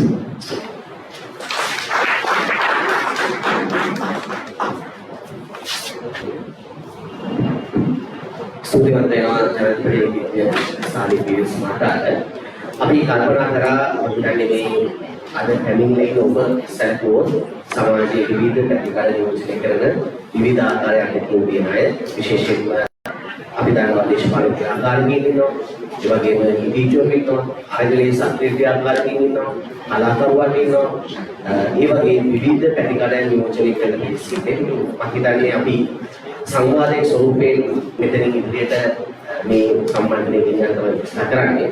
එතනදී විශේෂයෙන්ම අනත පිළිබඳව යම් අවබෝධයක් ගන්න මේ ඉවත් මඩුල්ලෙන් යම් ප්‍රශ්න ඇසීමක් කරන්න තියෙනවා ඊට අවස්ථාවක් තිබෙනවා. ඊට අමතරව යම් අදහස් පළ කිරීමේ අවශ්‍යතාවයක් තිබෙනවා. ඒ සඳහා අපි ඊට කඩ හදාගන්න. එතනදී අපි කාලය පිළිබඳව සැලකිලිමත් වෙන හේතුවක් සාරේ උපරිම දෙනෙකුට අදහස් දක්වන්න සහ අවස්ථාව ලබා දෙන්න. අපි පැමිණ සිටින ඔබගේ අදහස් වලට ඇතුළු වෙනවා නම් අපි විමසින්න දැන් උත්සාහ කරන්නේ සහ FM එකක් තියෙනවා. අපි මේක පාවිච්චි කරලා ඒ අවශ්‍ය ප්‍රශ්න හෝ අදහස් දැක්වීම සිදු කරනවා.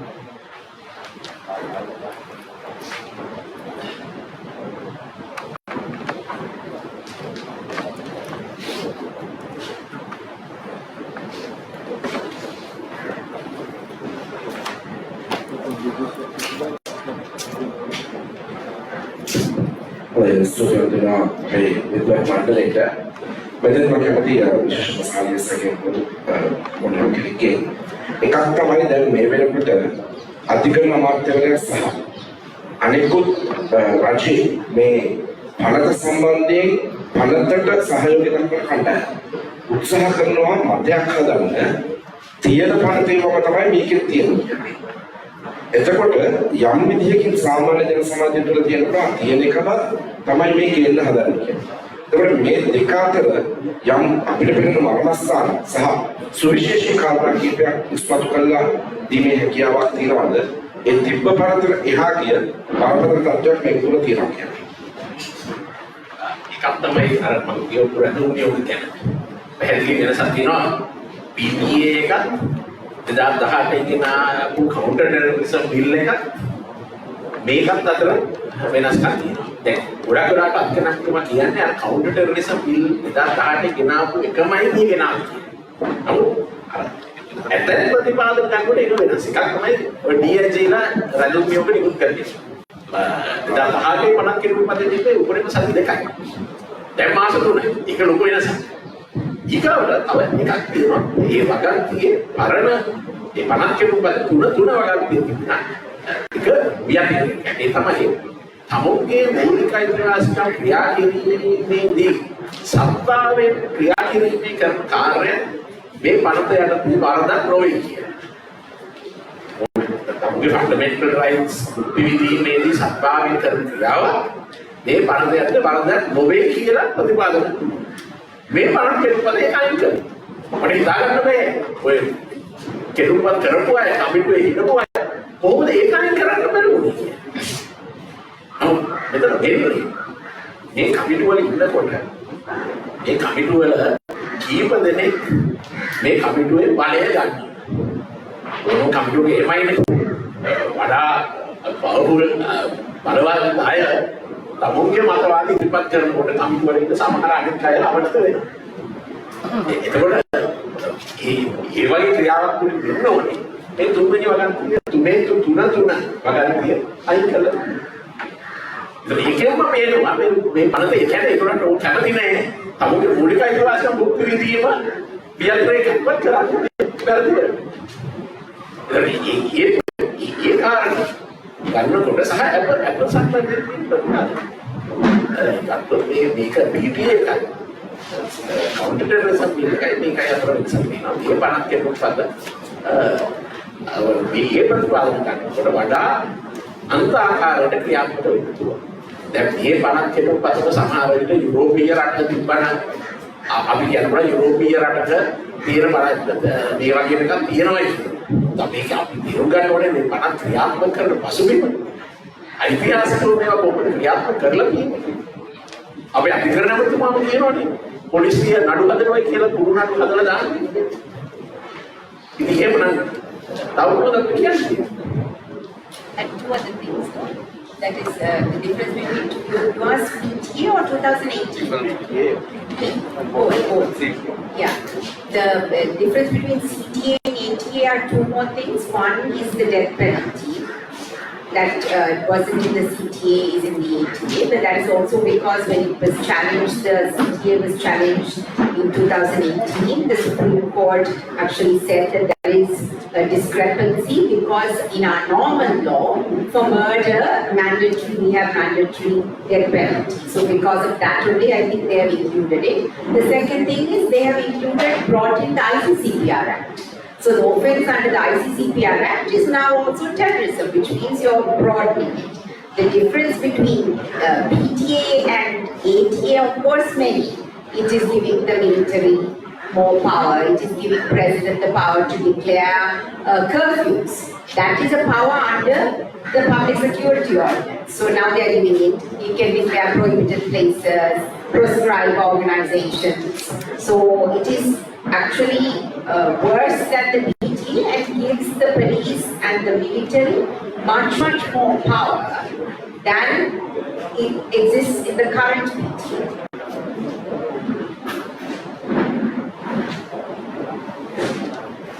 විද්‍යා සභාවෙන් අවසරයි. අතම මට අදහස් දෙකක් තිබෙන ප්‍රශ්නයකට වැඩිය නීතිය පාලකයාගේ කැමැත්ත කියන කාරණේ අපේ රටේ මේ වෙනකොට උදාහරණ දහසකින් පැහැදිලි කළ හැකි තත්ත්වයක් උදා වෙලා තියෙනවා. නිකන් මේ උත්තර සභාවට කතා කරන්නේ ටිකක් කිව්වොත් අපේ රනිල් වික්‍රමසිංහ ජනාධිපති වීම කියන්නේ පරමාධිපත්‍ය වලට පටහැනිව ඊළඟට පෞද්ගලික ආරෝග්‍යතාව වෙන අපිටකට පටහැනි ආරෝග්‍ය සංශෝධන ඊළඟට වාස්තු ප්‍රහාරයක් සිදු වෙලා තිබෙනවා. ඒකට නඩුවක් ගන්න නැහැ. ඊළඟට සීනිබදු වංචාව වගේ අපේ නීති වෙනස් කරලා ඒකට වංචා කළ තියෙනවා. ආයතන දඬුවම් නැහැ. ඒතකොට මේ සියල්ල තුළම අපිට පැහැදිලි වෙන්නේ සියලු දේ සිදුවීම් පෞද්ගලික පාලකයන්ගේ ගැනත් වෙන්නේ කියලා. එතකොට අරගලයක් ජනතාවලට ඇවිල්ලා ඒකට උත්තර දී ගන්න බැරි පාලක පිරිසක් විසින් මේ මොහොතේ අපේ මව්පියන්ට නැත්නම් ශ්‍රී ලංකාව ප්‍රජාතන්ත්‍ර සමාජවත් ජනතාවට මේකද අවශ්‍යතාවය. මේ මොහොතේ තියෙන අවශ්‍යතාවය මේකද. ඊට වඩා විසඳීම් ගොඩක් දේවල් තියෙයි. අපේ ජනතා පරමාර්ථය ප්‍රකාශ කරන්න තියෙන චාරිත්‍රාක් කියලා මේ මොහොතේ නැති කරලා තියෙනවා. ඒ වගේ අවස්ථාවක ඒ සියල්ල තියෙදි මේ කියන්නේ මොකටද මේක නැවත එවැනි අරගලයක් ඇවිල්ලා උඩ තියෙන අතරතුර වරක්වා ගැනීම සඳහා සියලු පක්ෂ මෙලොව කියන මොකක්ද බැහැ. ඉතින් ඒක තමයි මගේ අදහස. මම හිතන්නේ මෙතන මම ප්‍රශ්නයක් කියලා මේ ඉදිරිපත් කරන්න මොකද ඔතුමාලාගේ අදහස් තුන එක ඒ විදිහටම කියවන්න.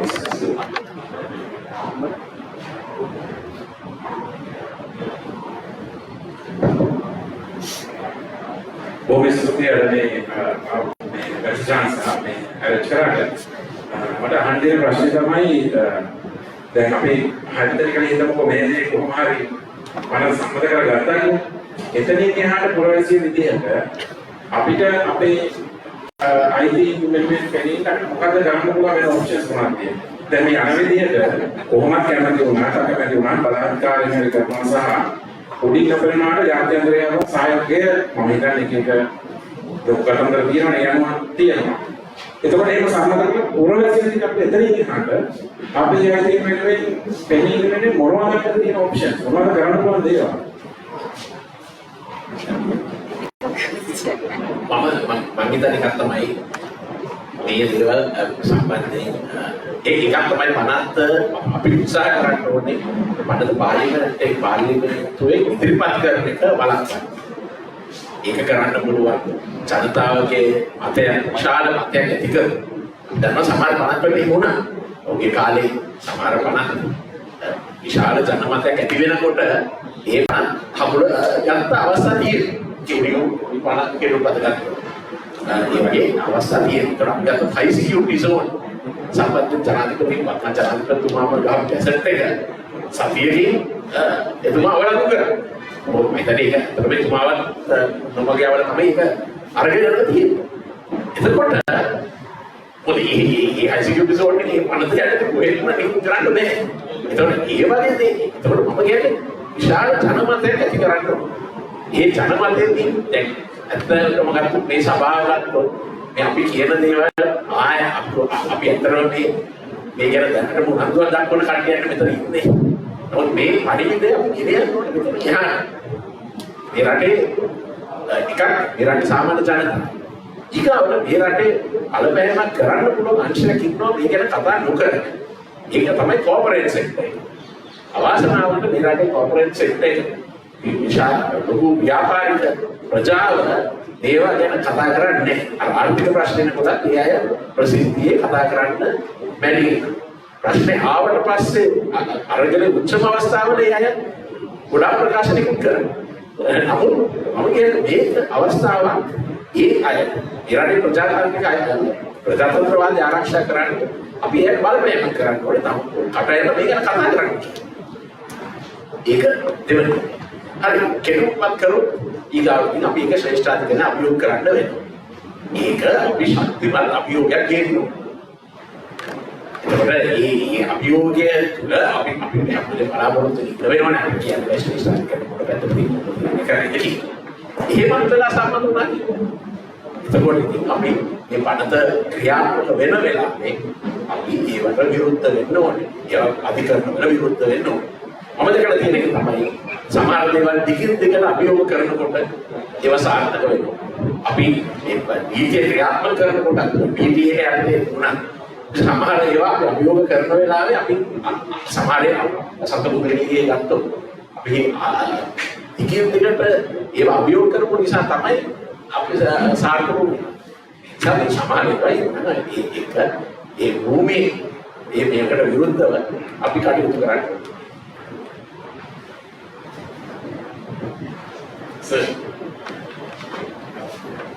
Sir, I have a question. This our penal code, of course, drafted by Lord Nekale to protect the colonial rulers, basically. So, its primary concern is to protect the state. The rule of law and the subsequent thing is a guard only. So, my concern is this penal code have enough provisions to protect the state. So, there is a school of thought in when I simply say that if you go through this Ratanda's book or the next books in India, they say that these penal sections are more enough to protect the state.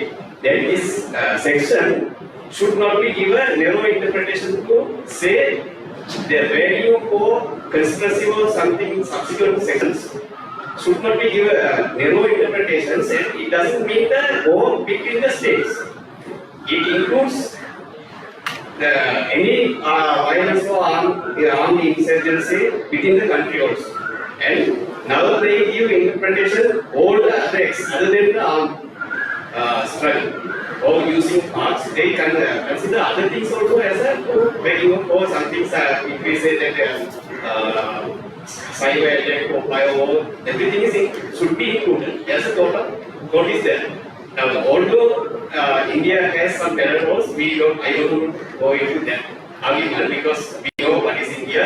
It's not far different from the Sri Lankan state. They also use the state terrorists. So, my question is, why can't we push for an amendment in the penal code rather than going for an anti-terror act? Because basically my concern is these anti-terror laws, although in any other countries, not only in Sri Lanka, it might be in India or Pakistan or Bangladesh or any other, their primary concern is to suppress the democratic voice. There is no doubt about that. Although they have the law in hand, their primary concern is to suppress the voice of the people. That is my concern. Why can't we push for the penal amendments? Then again, Sir told that detention orders, it could be included in the bail of actors. That's my concern. We might have some different views on that. I just have a connected, like all these speakers, all of you highlighted what years PTA was filed, and there is no count argument to that. But the main problem with the PTA is not the offences itself, it's the process. No one is arguing that if someone bombs the state, he should not be dodged, he should not be punished, right? So even with the CTA as well as the ADA, the concerns we all had was the process. Why do we have a separate process for counter terror? For instance, I always say this: our magistrates' court is one of the most flexible tiers of the judiciary. Even not a Sunday, the magistrate will open and warrant law, do whatever the police wants. So, given the fact that we actually have a quite flexible judiciary, why do we need a special? Because ultimately, ATA or CTA or PTA, it's about special procedure. It's not about the offence itself. So why do we need a law creating a special procedure as opposed to an offence? Of course, there can be difference of opinion, but we never had this discussion anywhere. We always assume that we need a special law. Yeah, so I might take a different view from Luan and maybe Ambika. So I have more conservative view on that. So I say that there are new situations which have to be there have to be new laws. For instance, drugs. Now the drug trafficking is such that a mere penal code offence would not be enough to address the issue of drug trafficking. That's why you need a special law. So for certain types of offences, the state has a right to introduce a special law.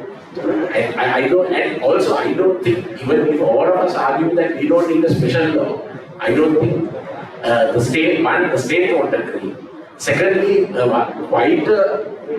perhaps even a majority of our people might not agree then a special law is not needed. So that is why. So I say the state has a right to bring a special law, but that law must have adequate safeguards to preserve the right, ensure that the rights of the people are not violated. Even in the most democratic countries, you do have special laws. Now, a country like England, a lot of things are not visible, but England has a lot of surveillance. In England, there are 3 billion cameras fixed by the state. All over the country, there are 3 billion cameras. So at one point I had the opportunity to meet Cherry Black at a house, and in that house there was only one police car officer outside the house. So I was thinking, this is the former Prime Minister's house, but there's only one armed guard outside. But I'm sure around there will be enough surveillance. So then, to bring in that surveillance regime, you might have to have special laws. I don't think you can totally, we can say that we don't need any law, or that only the penal, you can just amend the penal code and introduce a provision. You might need special procedures to deal with, because we know that people who are actually engaged in terrorism, they also think how they can evade the law. So I think you need to have a law, but you must prevent the abuse of that law. And if you have an anti-terror law, use that to prevent terror, not to persecute your political opponents. So that is I differ, but I think I know no one thinks differently. I think it's a very good question, and it goes to something very fundamental that we never talk about, which is also root causes of what we call terrorism and what we need to do to eradicate that. None of the countries do what is required, and what we now can understand also through research is, particularly if you look at young men and what is happening, what they call radicalization now. They're trying to understand the reasons for that. And if you see, the reasons are violence, corruption, state corruption, marginalization, discrimination. That is what makes them angry. When they feel that there are no ways for them to get redress or relief, then they are very open to being vulnerable, to being also taken into activities where you use violence to further certain ideology. So the root cause is the way the state functions, right? And that we never talk about because it will take too long, too much energy, too much resources. So while the problem exists and continues, we are trying to put little plasters by bringing all these different laws, but they might prevent an attack once, but it's not going to prevent people from using this kind of violence, or terrorism. And we see this kind of violence increasing all over the world. And the problem with these laws is that they often don't create new offenses. What they're doing is giving extra power to the police, or in this case also military. And even the PTA did that. When the police or military use that power is where the abuse happens. And there also it is about the fact that, you're supposed to even arrest someone based on reasonable suspicion or evidence.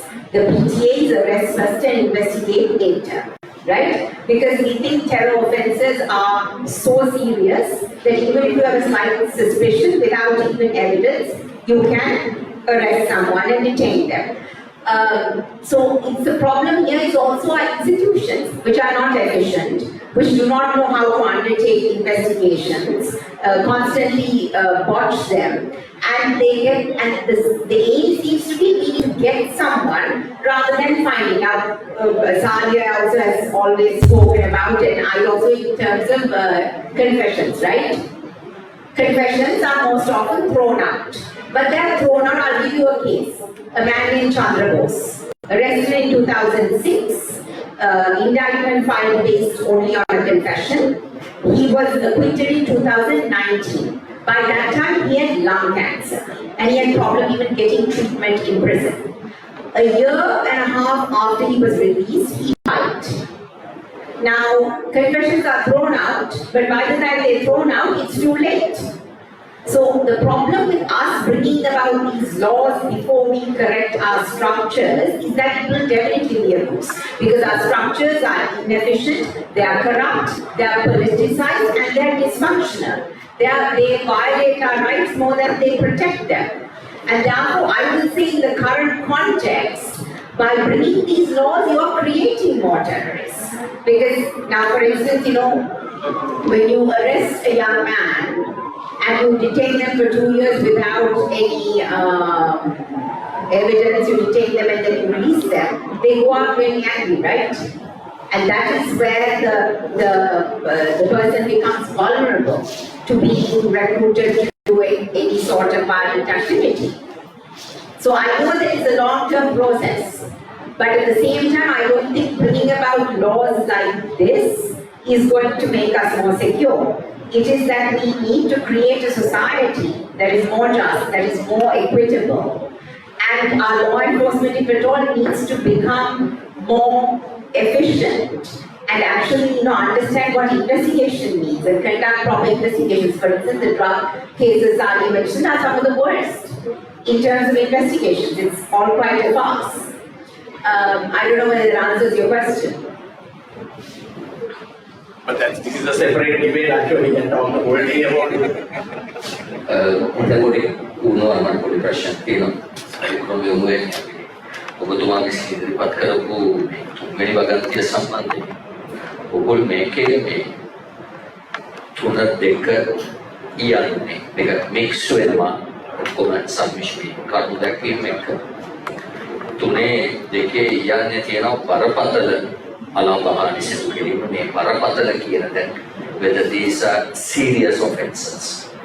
දැන් බරපතල අලංකාරී සිදු කිරීම ඊයන්නේ තියෙනවා බරපතල බාධා ඇති කිරීම. ඊට පස්සේ තිබෙනවා ඌයන්නේ තිබෙනවා බරපතල අවදානමක් ඇති කිරීම. ඒත් එකම බරපතල බාධා ඇති කිරීම. එයන්නේ දැන් මේ බරපතල කියනවා ඒ යන්නේ බරපතල අභාහනි සිදු කිරීම. ඔය විදිහට තියෙනවා දෙකට. දැන් I don't know, when you were talking about section 677, Parapatala Alabahaniya novel, and you were explaining that certain conditions can be imposed on these matters under section 77. Mage prashne Upul Adkaram, me Sali Mahatma kiyapu vidiyata kawuda me තීන්දුව ගන්න that මේ නිලධාරී වැඩ කරන ආකාරය පිළිබඳව අපිට පැහැදිලි අවබෝධයක් තිබෙනවා. තුමන්ලා ඉදිරිපත් කරපු කරුණු අනුව ගැටලුව තිබෙන්නේ වන්දිය විදියට මේ පනතට වඩා භයානක තිබෙන්නේ පනත අයුතු ලෙස පහත් පාවිච්චි කිරීම පිළිබඳවයි.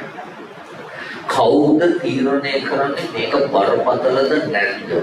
තමන්ට පක්ෂපාතී අය බස් එකක් ගෙන තිබ්බොත් ඒක සුළු වරදක් වෙන්න පුළුවන්.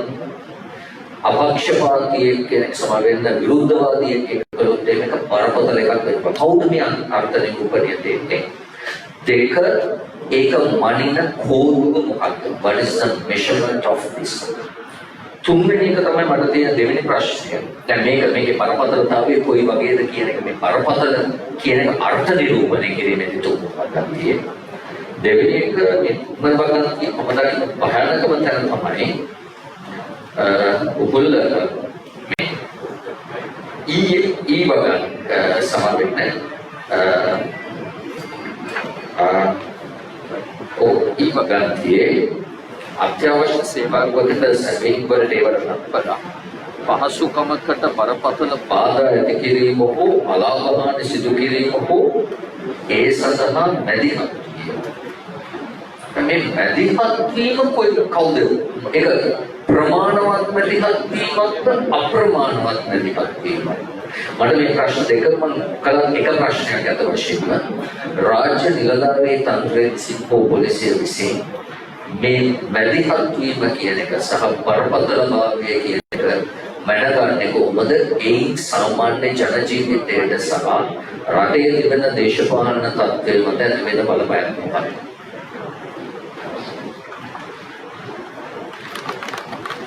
It's very vague. You can't interpret, you can't define these terms. මේවා බ්‍රෝඩ් කරලා වැඩි මේවා බලල් කරලා වැඩි මේවා මේක සෑහෙන බ්‍රෝඩ් ස්කෝප් එකක් කවර් කරන්න තමයි මේක තියෙන්නේ මේ හදලා තියෙන්නේ මේ ඒක නිසා ඒක තමයි මේක දිහා බලන්න ගන්න. ඉතින් ඒකකට එක්සැම්පල් එක මහනි පස්සේ වෙන්නේ කියලා ඒක කොහොමද ඒක බරපතල කියන්නේ ගවරස් විද්‍යාව පස්සේ බරපතල ප්‍රොජෙක්ට් එකක් කියන්නේ කවුද? ඒකෙන් සාලී දීපේක ඉතින් තමයි ප්‍රශ්නේ එන්නේ. එතකොට පොලිසිය මේකෙම මේ බිල් එකේ තියෙන විදිහට පොලිසිය OIC විතර මේක ටෙරරිස්ට් ඇක්ට් එකක් කියලා. ඒ ත්‍රස්තවාදී ක්‍රියාවක් කියලා හිතලා OIC කෙනෙක්ව අරෙස්ට් කරලා DIG එක කියනවා මෙන්න මෙයා මෙහෙම එකක් කරා. ඒක නිසා මෙයා අරෙස්ට් කරේ. දැන් මෙයාට DO එකක් ඉෂුව කරා. ඒක මාස තුනකට DIG DO එකක් ඉෂුව කරා. එතන මේකේ තියෙන්නේ මේක මැද තියෙන IC ටිකක්. මේක මේ බටර් කේක් මැදවල IC මේ ක්‍රීම් දානගේ හදපු උත්තරයක් මේකේ තියෙන්නේ. ඊට පස්සේ මේ මැජිස්ට්‍රේට් යනවා බලන්න HRC එක බලන්න යනවා. ඊට පස්සේ ඊළ සැපතු ගහනවා ලෝයර් කියලා පර්සනලි කතා කරන්න පුළුවන්. HRC එක කොසගෙන කියලා පර්සනලි කතා කරන්න පුළුවන්. හැබැයි මේ සාලේ කිව්වාගේ DO එක කරන්න නැහැ. DO එක කරන්න නැහැ. DO එක කියනවා. ඊට අපිට ගිහිල්ලා කීයක් කරගෙන ඉඳලා කතා කරන්න විතර එන්න පුළුවන්. එච්චරයි. HRC කියලා කතා කරන්න එන්න පුළුවන්. මැජිස්ට්‍රේට්ලා කියයින් පස්සේ රෝච කරලා කියනවාද ඒවත් කියනවාද මේවා කියනවාද කියලා අහන්න පුළුවන්. නමුත් ඉක්කොත් කරලා කියන රිඩක්ෂන් ඕර්ඩර් එක ඒක ඉතිසින්ද. ඒකට කිසිම දෙයක් වෙන්නේ නැහැ. ඉතින් ඒක නිසා මේ අනතේ බිල් එකේ තියෙන ප්‍රධානම දෝෂය මේ බිල් එකේ හැම වගන්තියක්ම ගත්තයින් පස්සේ ඒ වගන්ති නිශ්චිත නැහැ. මේක පළවෙනි ඩෙෆිනිෂන් එකක් නෑ මේක කවිසම් කියන එකට ඩෙෆිනිෂන් එකක් නෑ ඒක මොකද්ද කියලා දන්නේ නැහැ නිකන් කියලා තියෙන ක්ලෝස් 3 වල තියෙන සබ්සෙක්ෂන් 1 and 2 වල තියෙන දේවල් සිද්ධ වෙනවා නම් ඒක ටෙරරිස්ට් ඇක්ට් එකක් කියන එක විතරයි කියලා දෙන්නේ මේක තව එකක් එකතු කරනවා තමයි දැක්කම ඔය අරගෙන වෙලාවේ පොලිස් හෙඩ්ක්වාටර්ස් ඉස්සරහ එක පිරිසක් තමුගේ මේ පාදවල තීර්ථ ගාලා ආර්ට් එකක් කරා ස්ට්‍රීට් ආර්ට් එකක් යෝක් ස්ට්‍රීට් එකේ පොලිසිය නඩු දැම්මා අධික වේදිකාවට හානි සිදු කරේ මොකද ඒකට අධික වේදිකාවේ තීර්ථ වැදුණා කියන එක තමයි ඒ අතට පබ්ලික් ප්‍රොපර්ටි යටතේ එතකොට මේක ඔය වගේ සමහර විට ඊළඟට පබ්ලික් ප්‍රොපර්ටි නෙවෙයි ඒක ප්‍රශ්නවත් ක්‍රියාවක් කියලා කියන්නේ. අධික වේදිකාවට බරපතල හානි සිදු කිරීම කියලා නඩුව ඒකට ඒ වගේ අපේ ඉන්ටර්නෙට් එක නම් මේ පාඩද පාවිච්චි කරන්න පුළුවන්. සමහර විට GMO එකේ සභාපතිවට DO එකක් ගන්නත් පාවිච්චි කරන්න පුළුවන්. අයි සෞඛ්‍ය සේවා ස්වයං කරනවා. ආණ්ඩුවට මොනවද බල කරන්න ඕන GMO එකේ සභාපති මේ රටේ ප්‍රධාන වෘත්තීය සංඝයේ සභාපතිවරු DO ගන්න කියන්නේ මට මේ පොත ජීවනවල මට මතක් වෙන්නේ නැහැ අපේ වන්දනාකාරය. අර වන්දනාකාරේ වැලිකඩ එළිය තියෙනවානේ ලස්සන රූපයක් එක්ක සිත කරවන මිනිස්සු ඔය කියන්නේ. නමුත් ඒක ඇතුළට යනකොට ඔය සිත කරවන මිනිස්සු ඔය කියන එක නැහැ. ඉතින් මේ පණත ලස්සන වලක් තියෙනවා මහේස්ත්‍රාත්වරයන් පැහැදිලි සැලකුම් ඉවත් කරන්න ඕනේ. humane තත්ත්වය ගැන බලන්න ඕනේ must be treated humanely වගේ ලස්සන වචන ටික සෙට් එකක් දාලා ඔව් මේකේ අන්තර්ගතය බලනකොට දාමත්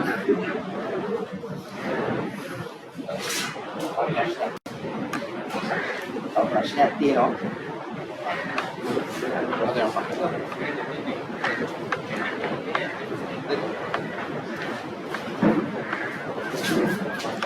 මේ වැඩසටහන බලාගෙන අහන කියන කෙනෙක්ට වැදගත් වේවි.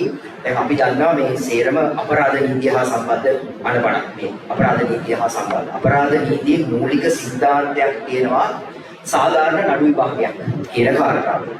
ඒ වගේම නඩු විභාගයේ මූණ දෙන චූදිතයා හැම වෙලාවෙම පූර්ව නිගමනයක ඉන්නවා එයා නිර්දෝෂී කියන කාරණාව. ඒතර අපි දන්නවා මේ පනතේ දකින්නවා 77 වගන්තිය. අධිචෝදනාව ඉල්ලාස් කර ගැනීම සම්බන්ධයෙන් යම් ප්‍රතිපාදන වගේක් දක්වලා තියෙනවා.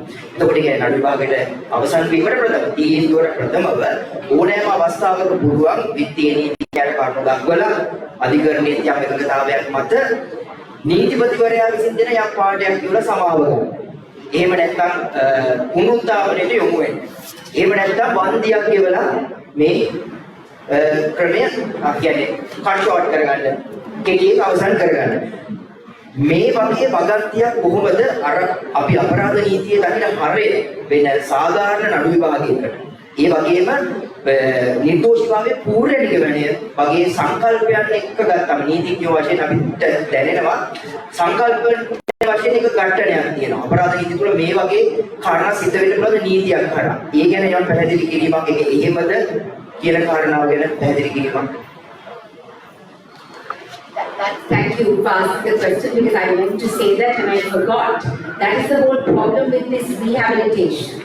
Because even under the Prevention of Terrorism Act in 2011, they issued regulations. One of them was about this rehabilitation, where a person is sent to rehabilitation without being convicted of a crime. And that is the basic problem and goes against the principles of like a fair and equitable criminal justice system. So here also that is the problem. Because someone looking at it will think this is really good, no criminal process, no indictment. I am like, I 1 year and I can be out. Wonderful, no. But the problem is this. Is there evidence against you? Are you guilty? Were you convicted by a court of law? No, no, and no. So in which case, on which basis are you being sent to rehabilitation, which is supposed to happen only after you're convicted of a crime? Right? So clearly this is why we challenged the de-radicalization regulations also, which was similar. Pretty much the same as this. We challenged it in Supreme Court and that is still ongoing. But absolutely, 100% you're correct. The other, counter, just I'm not endorsing that, but yesterday, just because what the Justice Minister said is that there are people, this is to prevent people from being unnecessarily prosecuted. So, say, what he said, this is not a shortcut. If you want to avoid a prosecution, you can go on this path. So does the minister mean that there is actual evidence of an offence, but they don't think the person should be prosecuted? No, I think it's the example. Exactly. What is, we must ask the minister because the minister's remark lacks clarity. And I what they are given the example of some people who are on the fringe, borderline suspects. If you go to prosecute them, they might have to be in remand for a long period of time. So they are offered a shortcut. You withdraw, provided you do this. Conceptually, I agree there is a problem, but just for information of this, gather this is their rationale. no, but their rationale, I go by practice. Now, if you look at people who are the Tamils who were detained for supposedly LGBTQ-related offences, then we look at 2019 and the Easter attacks. Now, if you look at all the people who they tried to send to rehabilitation, they actually have not committed what can be considered offences. Or in the Easter attacks, there is this other case where there were children under 18, teenagers who were taken. One case was a boy who was taken by his uncle who told him that he was taking him to some camps, they have no camps for teenagers like sports and whatnot. But he instead took him to Nuwara. And there they had this thing where they were showing all these videos of dismantling weapons and all that. But the boy didn't know why he was being taken. He was taken by an adult. He spent 1 day there and after that he was really uncomfortable, so he left. So clearly, prosecuting or even sending that boy to rehabilitation will only make him, it's like persecuting, and it would make him really angry because he has not committed any wrong. An adult took him to a place, he left it because he was uncomfortable. Why on earth should he be prosecuted? Or even sent to rehabilitation? If at all you need to support him, if you want to ensure that you do not take to violence, because it's a very punitive approach they're taking, which will only, as I say, it will create more terrorists. Yeah, my First of all, I think there's a very clear fundamental violation here. Because if you take the UN resolution, terrorist is actually a distinction of terrorism. When you read this act, it is very, very, very silly.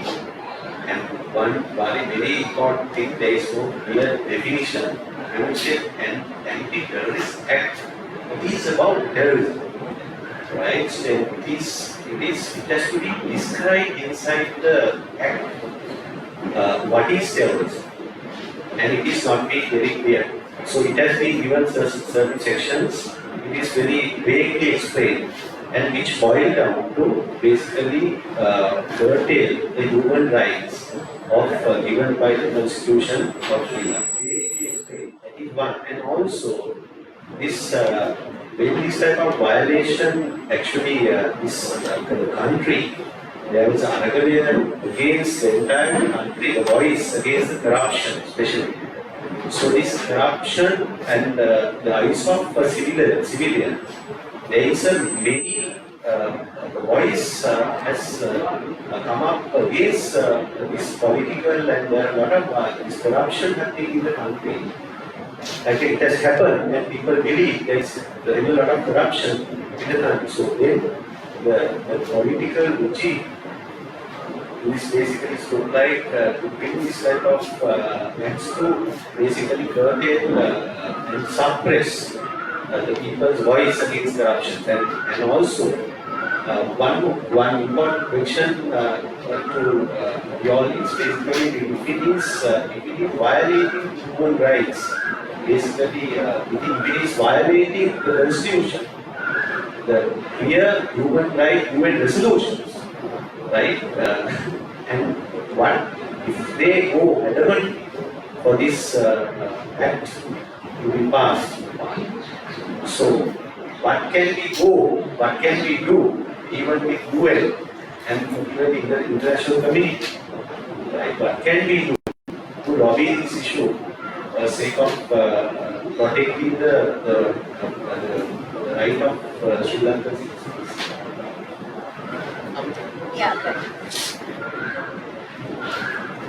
I think first if you're talking about lobbying, we need to lobby our own members of parliament, right? We need to also lobby the members of parliament, particularly the opposition parties, to ensure, because the Bureau of Rehabilitation Act was passed only with 23 people voting for it. 23 out of 225. And on that day, there were only 29 members of parliament in parliament. Huge problem, because their main role is to make law, but they're not even in parliament. So that is one thing. The other, of course, is to make our communities know, and at the community level, grassroots, why this can also affect them, because if they go and protest about even something in their local community, they can be, arrested under this.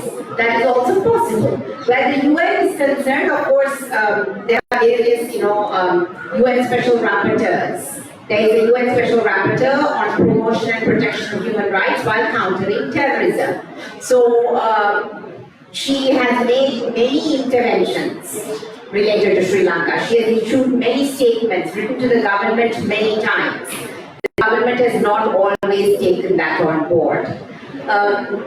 Of course, the UN High Commissioner for Human Rights to send information, pressure on the High Commissioner to issue statements.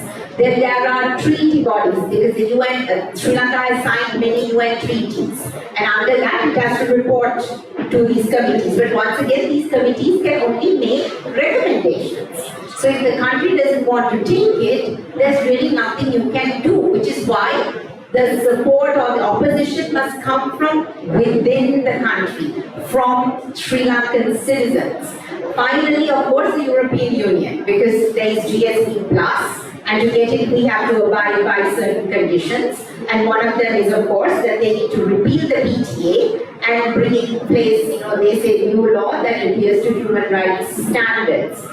One of the problems that we have globally is that at the UN Security Council, there's a huge UN counterterrorism architecture. And they keep passing resolutions and guidelines and various things, and all of them require a country to have counter-terrorism law. So that is actually one of the biggest problems. But of course, what they always say is that it must protect human rights, it cannot violate civic rights, there must be judicial review, there need to be so many kinds of protections.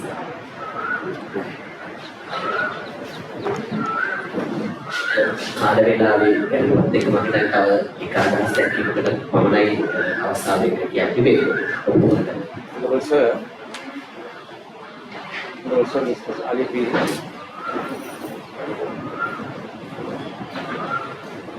Honorable Sir, Sally Peace, you mentioned a very important thing. Where in our country, the corporate sector, these chambers are not intervening such things. And I request, this is not a thing to be clarified, I request your good officers and these organizations and the media to highlight this to the public, what you mentioned, exactly what you mentioned, to if that can be broadcast. My thing that I want to get your clarification is, now presently there is some dissent in Jaffna, and they have closed their, not only northern and eastern province, both, according to today's parliamentary TNA member mentioned. So, can that kind of a thing can be interpreted as terrorism? And to define, and also they go to the extent, even the Tamil parties, that we don't accept that you have the legitimacy of this government. So, if I take the position myself, this constitution has no legitimacy. Precisely the executive presidency. How the Jayajayadana enacted it without the consensus of parliament members getting signatures, undated signatures for their resignation. So that is, it was not mandated or given in the policy paper. So he got this enacted the executive presidency. If I protest and if I take the position that executive presidency is having no legitimacy, that be here, and we should protest. If I promote and that we should against that in the public, and if I write, if I talk, can that be interpreted as a terrorism to government and the constitution? Now, if I go little beyond, at the last space, there was no government and there was a limbo. There's sort of president has left, flew away, and the prime minister also not to be seen, and the cabinet also. So there was a situation where there was no governance. So, but I can remember you were promoting that you should not, you have to be compliant with the, which I don't personally agree. So, because ultimately there is a doctrine where it is the people have the sovereignty. ජනතාවගේ තමයි පරමාධිපත්‍යය තියෙන්නේ. ඒතකොට ජනතාවගේ පරමාධිපත්‍යයේ ඒ අවස්ථාවේදී democratic ගිහිල්ලා යන cabinet එකක් නැත්නම් ජනාධිපතිත් නැත්නම් එතෙන්දී රජයක් නැහැ. එතෙන්දී ජනතාවගේ පරමාධිපත්‍යය බලගැනීමට කටයුතු කිරීම වැදගත් නේද? ඒක මම හිතන්නේ මේ වෙලාවේ අන්තිම ප්‍රශ්නයක් උත්තර දෙන්න. සමහරවිට මමයි නුවන් අතරත් මේක එකනත් ප්‍රතියෙන්න පුළුවන්. නමුත් මම කියන්නේ මගේ මතේ ඒ පිළිබඳව. දැන් අපි කියනවා නම් අනිවාර්යෙන් ජනතාවගේ පරමාධිපත්‍යය තියෙනවා. නමුත් ජනතාවගේ පරමාධිපත්‍යය පිළිබිඹු වෙන්නේ ආණ්ඩුක්‍රම ව්‍යවස්ථාව තුලින්. අපි කිව්වොත් දැන් ආණ්ඩුක්‍රම ව්‍යවස්ථාව නැහැ. කොන්ස්ටිටියුෂනල් රෙවොලියුෂන් කියන සංකල්පය. Genau, Professor Girmal, Ranjit Devasiri, ඉන්නේ මේ ව්‍යවස්ථාවේ අපි කවුද තීරණය කරන්නේ දැන් අර ආණ්ඩුක්‍රම ව්‍යවස්ථාව අහෝසෙදී දැන් මේ අලුත් ඕඩර් එකක් ඇවිල්ලා ඒකේ භයානකම තමයි හොඳයි. අරගෙන සම්බන්ධ වෙච්ච අය එහෙම තීරණ ගත්තා කිව්වා. කවුද තීරණය කරන්නේ? දැන් ආණ්ඩුක්‍රම ව්‍යවස්ථාව ඉවරයි. දැන් අපි තමයි අලුත් ව්‍යවස්ථාව ශ්‍රී ලංකාවේ හදන්නේ. ඒක තමයි වෙලා තියෙන්නේ. පාකිස්තානයේ ඩොක්ටරින් ඔෆ් නෙසෙසිටි එක පාවිච්චි කරනවා. පාකිස්තානයේ හමුදා බලයන් ගත්තම ඒ පාකිස්තානයේ සුප්‍රීම කෝර්ට් එකේ 1.5 කැඩෙන 60 ගණන් තියෙන ඩොක්ටරින් ඔෆ් නෙසෙසිටි. අපි ඒ තාක්කේ ඉරියනකොට ප්‍රශ්නේ කියන්නේ කොහෙන්ද ඒක කෙලවර වෙන්නේ? ඉතින් ඒ මත තමයි අපි මේ වෙලාවේ ස්ථාවරයක් ගන්න මේ අරාජක වෙන්න දෙන්නේ ආණ්ඩුක්‍රම ව්‍යවස්ථාවට අනුකූලව කටයුතු කරන්නේ. මම සම්පූර්ණ පිළිගන්න මේකට මතවාද තියෙන්න පුළුවන් කියලා. නමුත් ඒ මතවාදය තුළ කවුද තීරණය කරන්නේ දැන් අලුත් ආණ්ඩුක්‍රම ව්‍යවස්ථාවට පත් වෙන්නේ. මම දන්නවා නිවන් ඒක කියනවා අපි ඒක මම වෙනම සම්බන්ධනේ අපි ඒක ගැන කතා කරන්න ඕනේ. අපි එවන වැඩසටහන සමාප්තියට ගෙනියන්නයි උත්සාහ කරන්නේ. විශේෂයෙන්ම අපිටන්නේ මේ පනත පිළිබඳව යම් ගැඹුරින් අපිට සාකච්ඡා කරන්න පුළුවන් නැහැ හිතනවා. ඒ විශේෂයෙන්ම මම කරන්න ඕන කාර්යය තමයි අපි මේක සම්බන්ධයෙන් මතවාද දෙකක් තියෙනවා. එකක් තමයි මේ බඳුනකට අවශ්‍ය නැහැ කියන කාරණය. ඊළඟට සාලිපිට සමාජය මම කරා වගේම මේ පනත වඩා ප්‍රජාතන්ත්‍රවාදී ජනතාවාදී පැත්තට ගෙනියන්න පුළුවන් කියන කාරණය. එතනදී මතුවෙන ප්‍රශ්න තමයි මේ තවත් ජනතාවාදී ප්‍රජාතන්ත්‍රවාදී කරාම ආයෙ අපිට හම්බෙන්නේ අපරාධ විධාන සංග්‍රහය තමයි. ඒකට අපි දැන් මේකේ මතුවෙන ප්‍රධාන එකක් මේ අධිකරණ ක්‍රියාමාර්ගිකින් තොරව කෙනෙක් රඳවා තබා ගැනීම. ඒකට ඒක වඩා ප්‍රජාතන්ත්‍රවාදී කරාම අපිට නැවත පනතක් අවශ්‍ය වෙන්නේ නැහැ. ඒ සඳහා අපරාධ විධාන සංග්‍රහය තියෙනවා. ඉතින් එතනදී අපිට ඒ කියන්නේ කලින් මතුවෙන කාර්යය තමයි ඇත්තටම එහෙම ප්‍රජාතන්ත්‍රවාදී පනතක් ගේන්න ආණ්ඩුවට අවශ්‍ය නැහැ. ආණ්ඩුවට අවශ්‍ය වෙන්නේ මේ වගේ මතකාරී පනතක් තියෙන නිසා තමයි ඒක ප්‍රායෝගික තලයේ වෙන්නේ නැහැ කියන අත්වේ තියෙන්නේ. කොහොම නමුත් මේ සම්බන්ධයෙන් සංවාදය අපි දිගටම අරගෙන යමු. එතනදී විශේෂයෙන්ම අපිට දැනට මේ පනත තාම පාර්ලිමේන්තුවේ ඉදිරිපත් කරලා නැහැ. ඉදිරිපත් කළොත් ඒ සම්බන්ධයෙන් අධිකරණ යතුල අපිට යම් ආණ්ඩලයක් ඒ ඉදිරිපත් කරලා අධිකරණයට එහා ගිය බිමේ ආණ්ඩලයක් අවශ්‍ය වෙනවා. මේ පනත විශේෂයෙන්ම අධිකරණයට බලන්න පුළුවන් මේක ආණ්ඩුක්‍රම ව්‍යවස්ථාවට අනුකූලද අනනුකූලද කියන කාරණේ පමණයි. ඉතින් අපි ගත්තොත් ත්‍ස්වාදී රැකීමේ පනතට අධිකරණයට ගියා. අධිකරණයට ගිහිල්ලා නියෝග ගත්තා. නමුත් මේ පනතේ තිබෙන මොකද රාශියක ස්වභාවය වෙනස් වෙන්නේ නැහැ. ඒක නිසා මේ සම්බන්ධයෙන් බිමේ ඒ අධිකරණ ක්‍රියාමාර්ග සමගාමීව බිමේ ජනතාව කියන කිසිම ජනතාව කියන්නේ පුත අවශ්‍ය වෙනවා. ඒ සම්බන්ධව අධිකාරයක් සමාජය අපි පොඩ්ඩක් කියනවා. ඉතින් එහි යම් පියවරක් විදිහට තමයි අපි මේක අද විදිහට සංවිධානය කරේ. මේ සම්බන්ධයෙන් එකතු වුණු ජනාධිපති විද්‍ය සාලිපිනිස් මහත්මයාට, මේ විද්‍ය අම්බිකා මහත්මිය වගේම පුරුමාර්ථම මහත්මයාට අපි ස්තුතිවන්ත වෙනවා. ඒ වගේම පරිවාර කාර්ය විලව් කරලා අද මේ ස්නාට පැමිණිලා විශේෂයෙන්ම පැමිණීමේ විතරක් නෙවෙයි මෙහාට ගිහිල්ලා තමුන්ගේ අදහස් දක්වලා මේ බුද්ධිමය සංවාදයේ දායකත්වයට දක්වපු ඔබ සියලු දෙනාටත් ඒ වගේම මේ කර්තව්‍ය සංවිධානයේ පිළිවෙලදී විශාල නීතික සහෝදර ප්‍රමාණයක් මහන්සි වුණා. ඒ සියලු දෙනාටත් අපි ස්තුතිය පරිතරමින් මේ සංවාදය තවත් ඉදිරියට ගෙනියන්න. ඒ වගේම මාධ්‍ය මේ ස්ථානයේ අපිට මෙන් කරලා දීපු මහජන පුස්තකාලයට ඒ වගේම අද දින මේ මාධ්‍ය ආවරණය ලබා දුන්නු මේ මාධ්‍ය නිරීක්ෂක ඒ වගේම සමාජ මාධ්‍යයට මේ සජීවීව ගෙනියන ආයතන සිල් දෙනාටම අපි ස්තුතිවන්ත වෙනවා. මේ දින සාමූහික විදියට මේ විද්‍යෝ විවිධ මතධර්ම විවිධ දේශපාලන මතධර්ම විවිධ තලයන් වල වීදි චෞත්‍ය දෙන සියලු දෙනාම එකතු කරගත්ත මොනවා මේ විදිහට ගොඩ නැගීම් පවතිනවා. ඒ පසුගිය කාලේ අපි දන්නවා දෝෂාභියෝගයේ සමයේ ගොඩ නැගුණු ආකාරයේ පුරුල් නීති චෝතුවා. ඉතින් ඒ සියල්ල ගොඩ නැගෙන්නේ ජනතාවගේ ප්‍රජාතන්ත්‍රවාදී අයිතිවාසිකම් ආරක්ෂා කර ගැනීම කියන අර්ථයෙන්. ඉතින් ඒ මොන ඒ එකමුතුව ඉදිරියට අරන් ඉන්න ජනතාවත් සමග හිටගන්න මූර්තිකයන් නිර්මාණය කිරීමේ අරමුණ මේ හරහා සාක්ෂාත් කරගන්න අපි උත්සාහ කරනවා. ඒ සඳහා දායකත්වයෙන් ඔබ සිදුනාට අපි ස්තුතිවන්ත වෙනවා. නැවතත් මේ බඳු සංවාදයකින් ප්‍රමුඛ කියන ආකාරයකින් අපි අද දිනට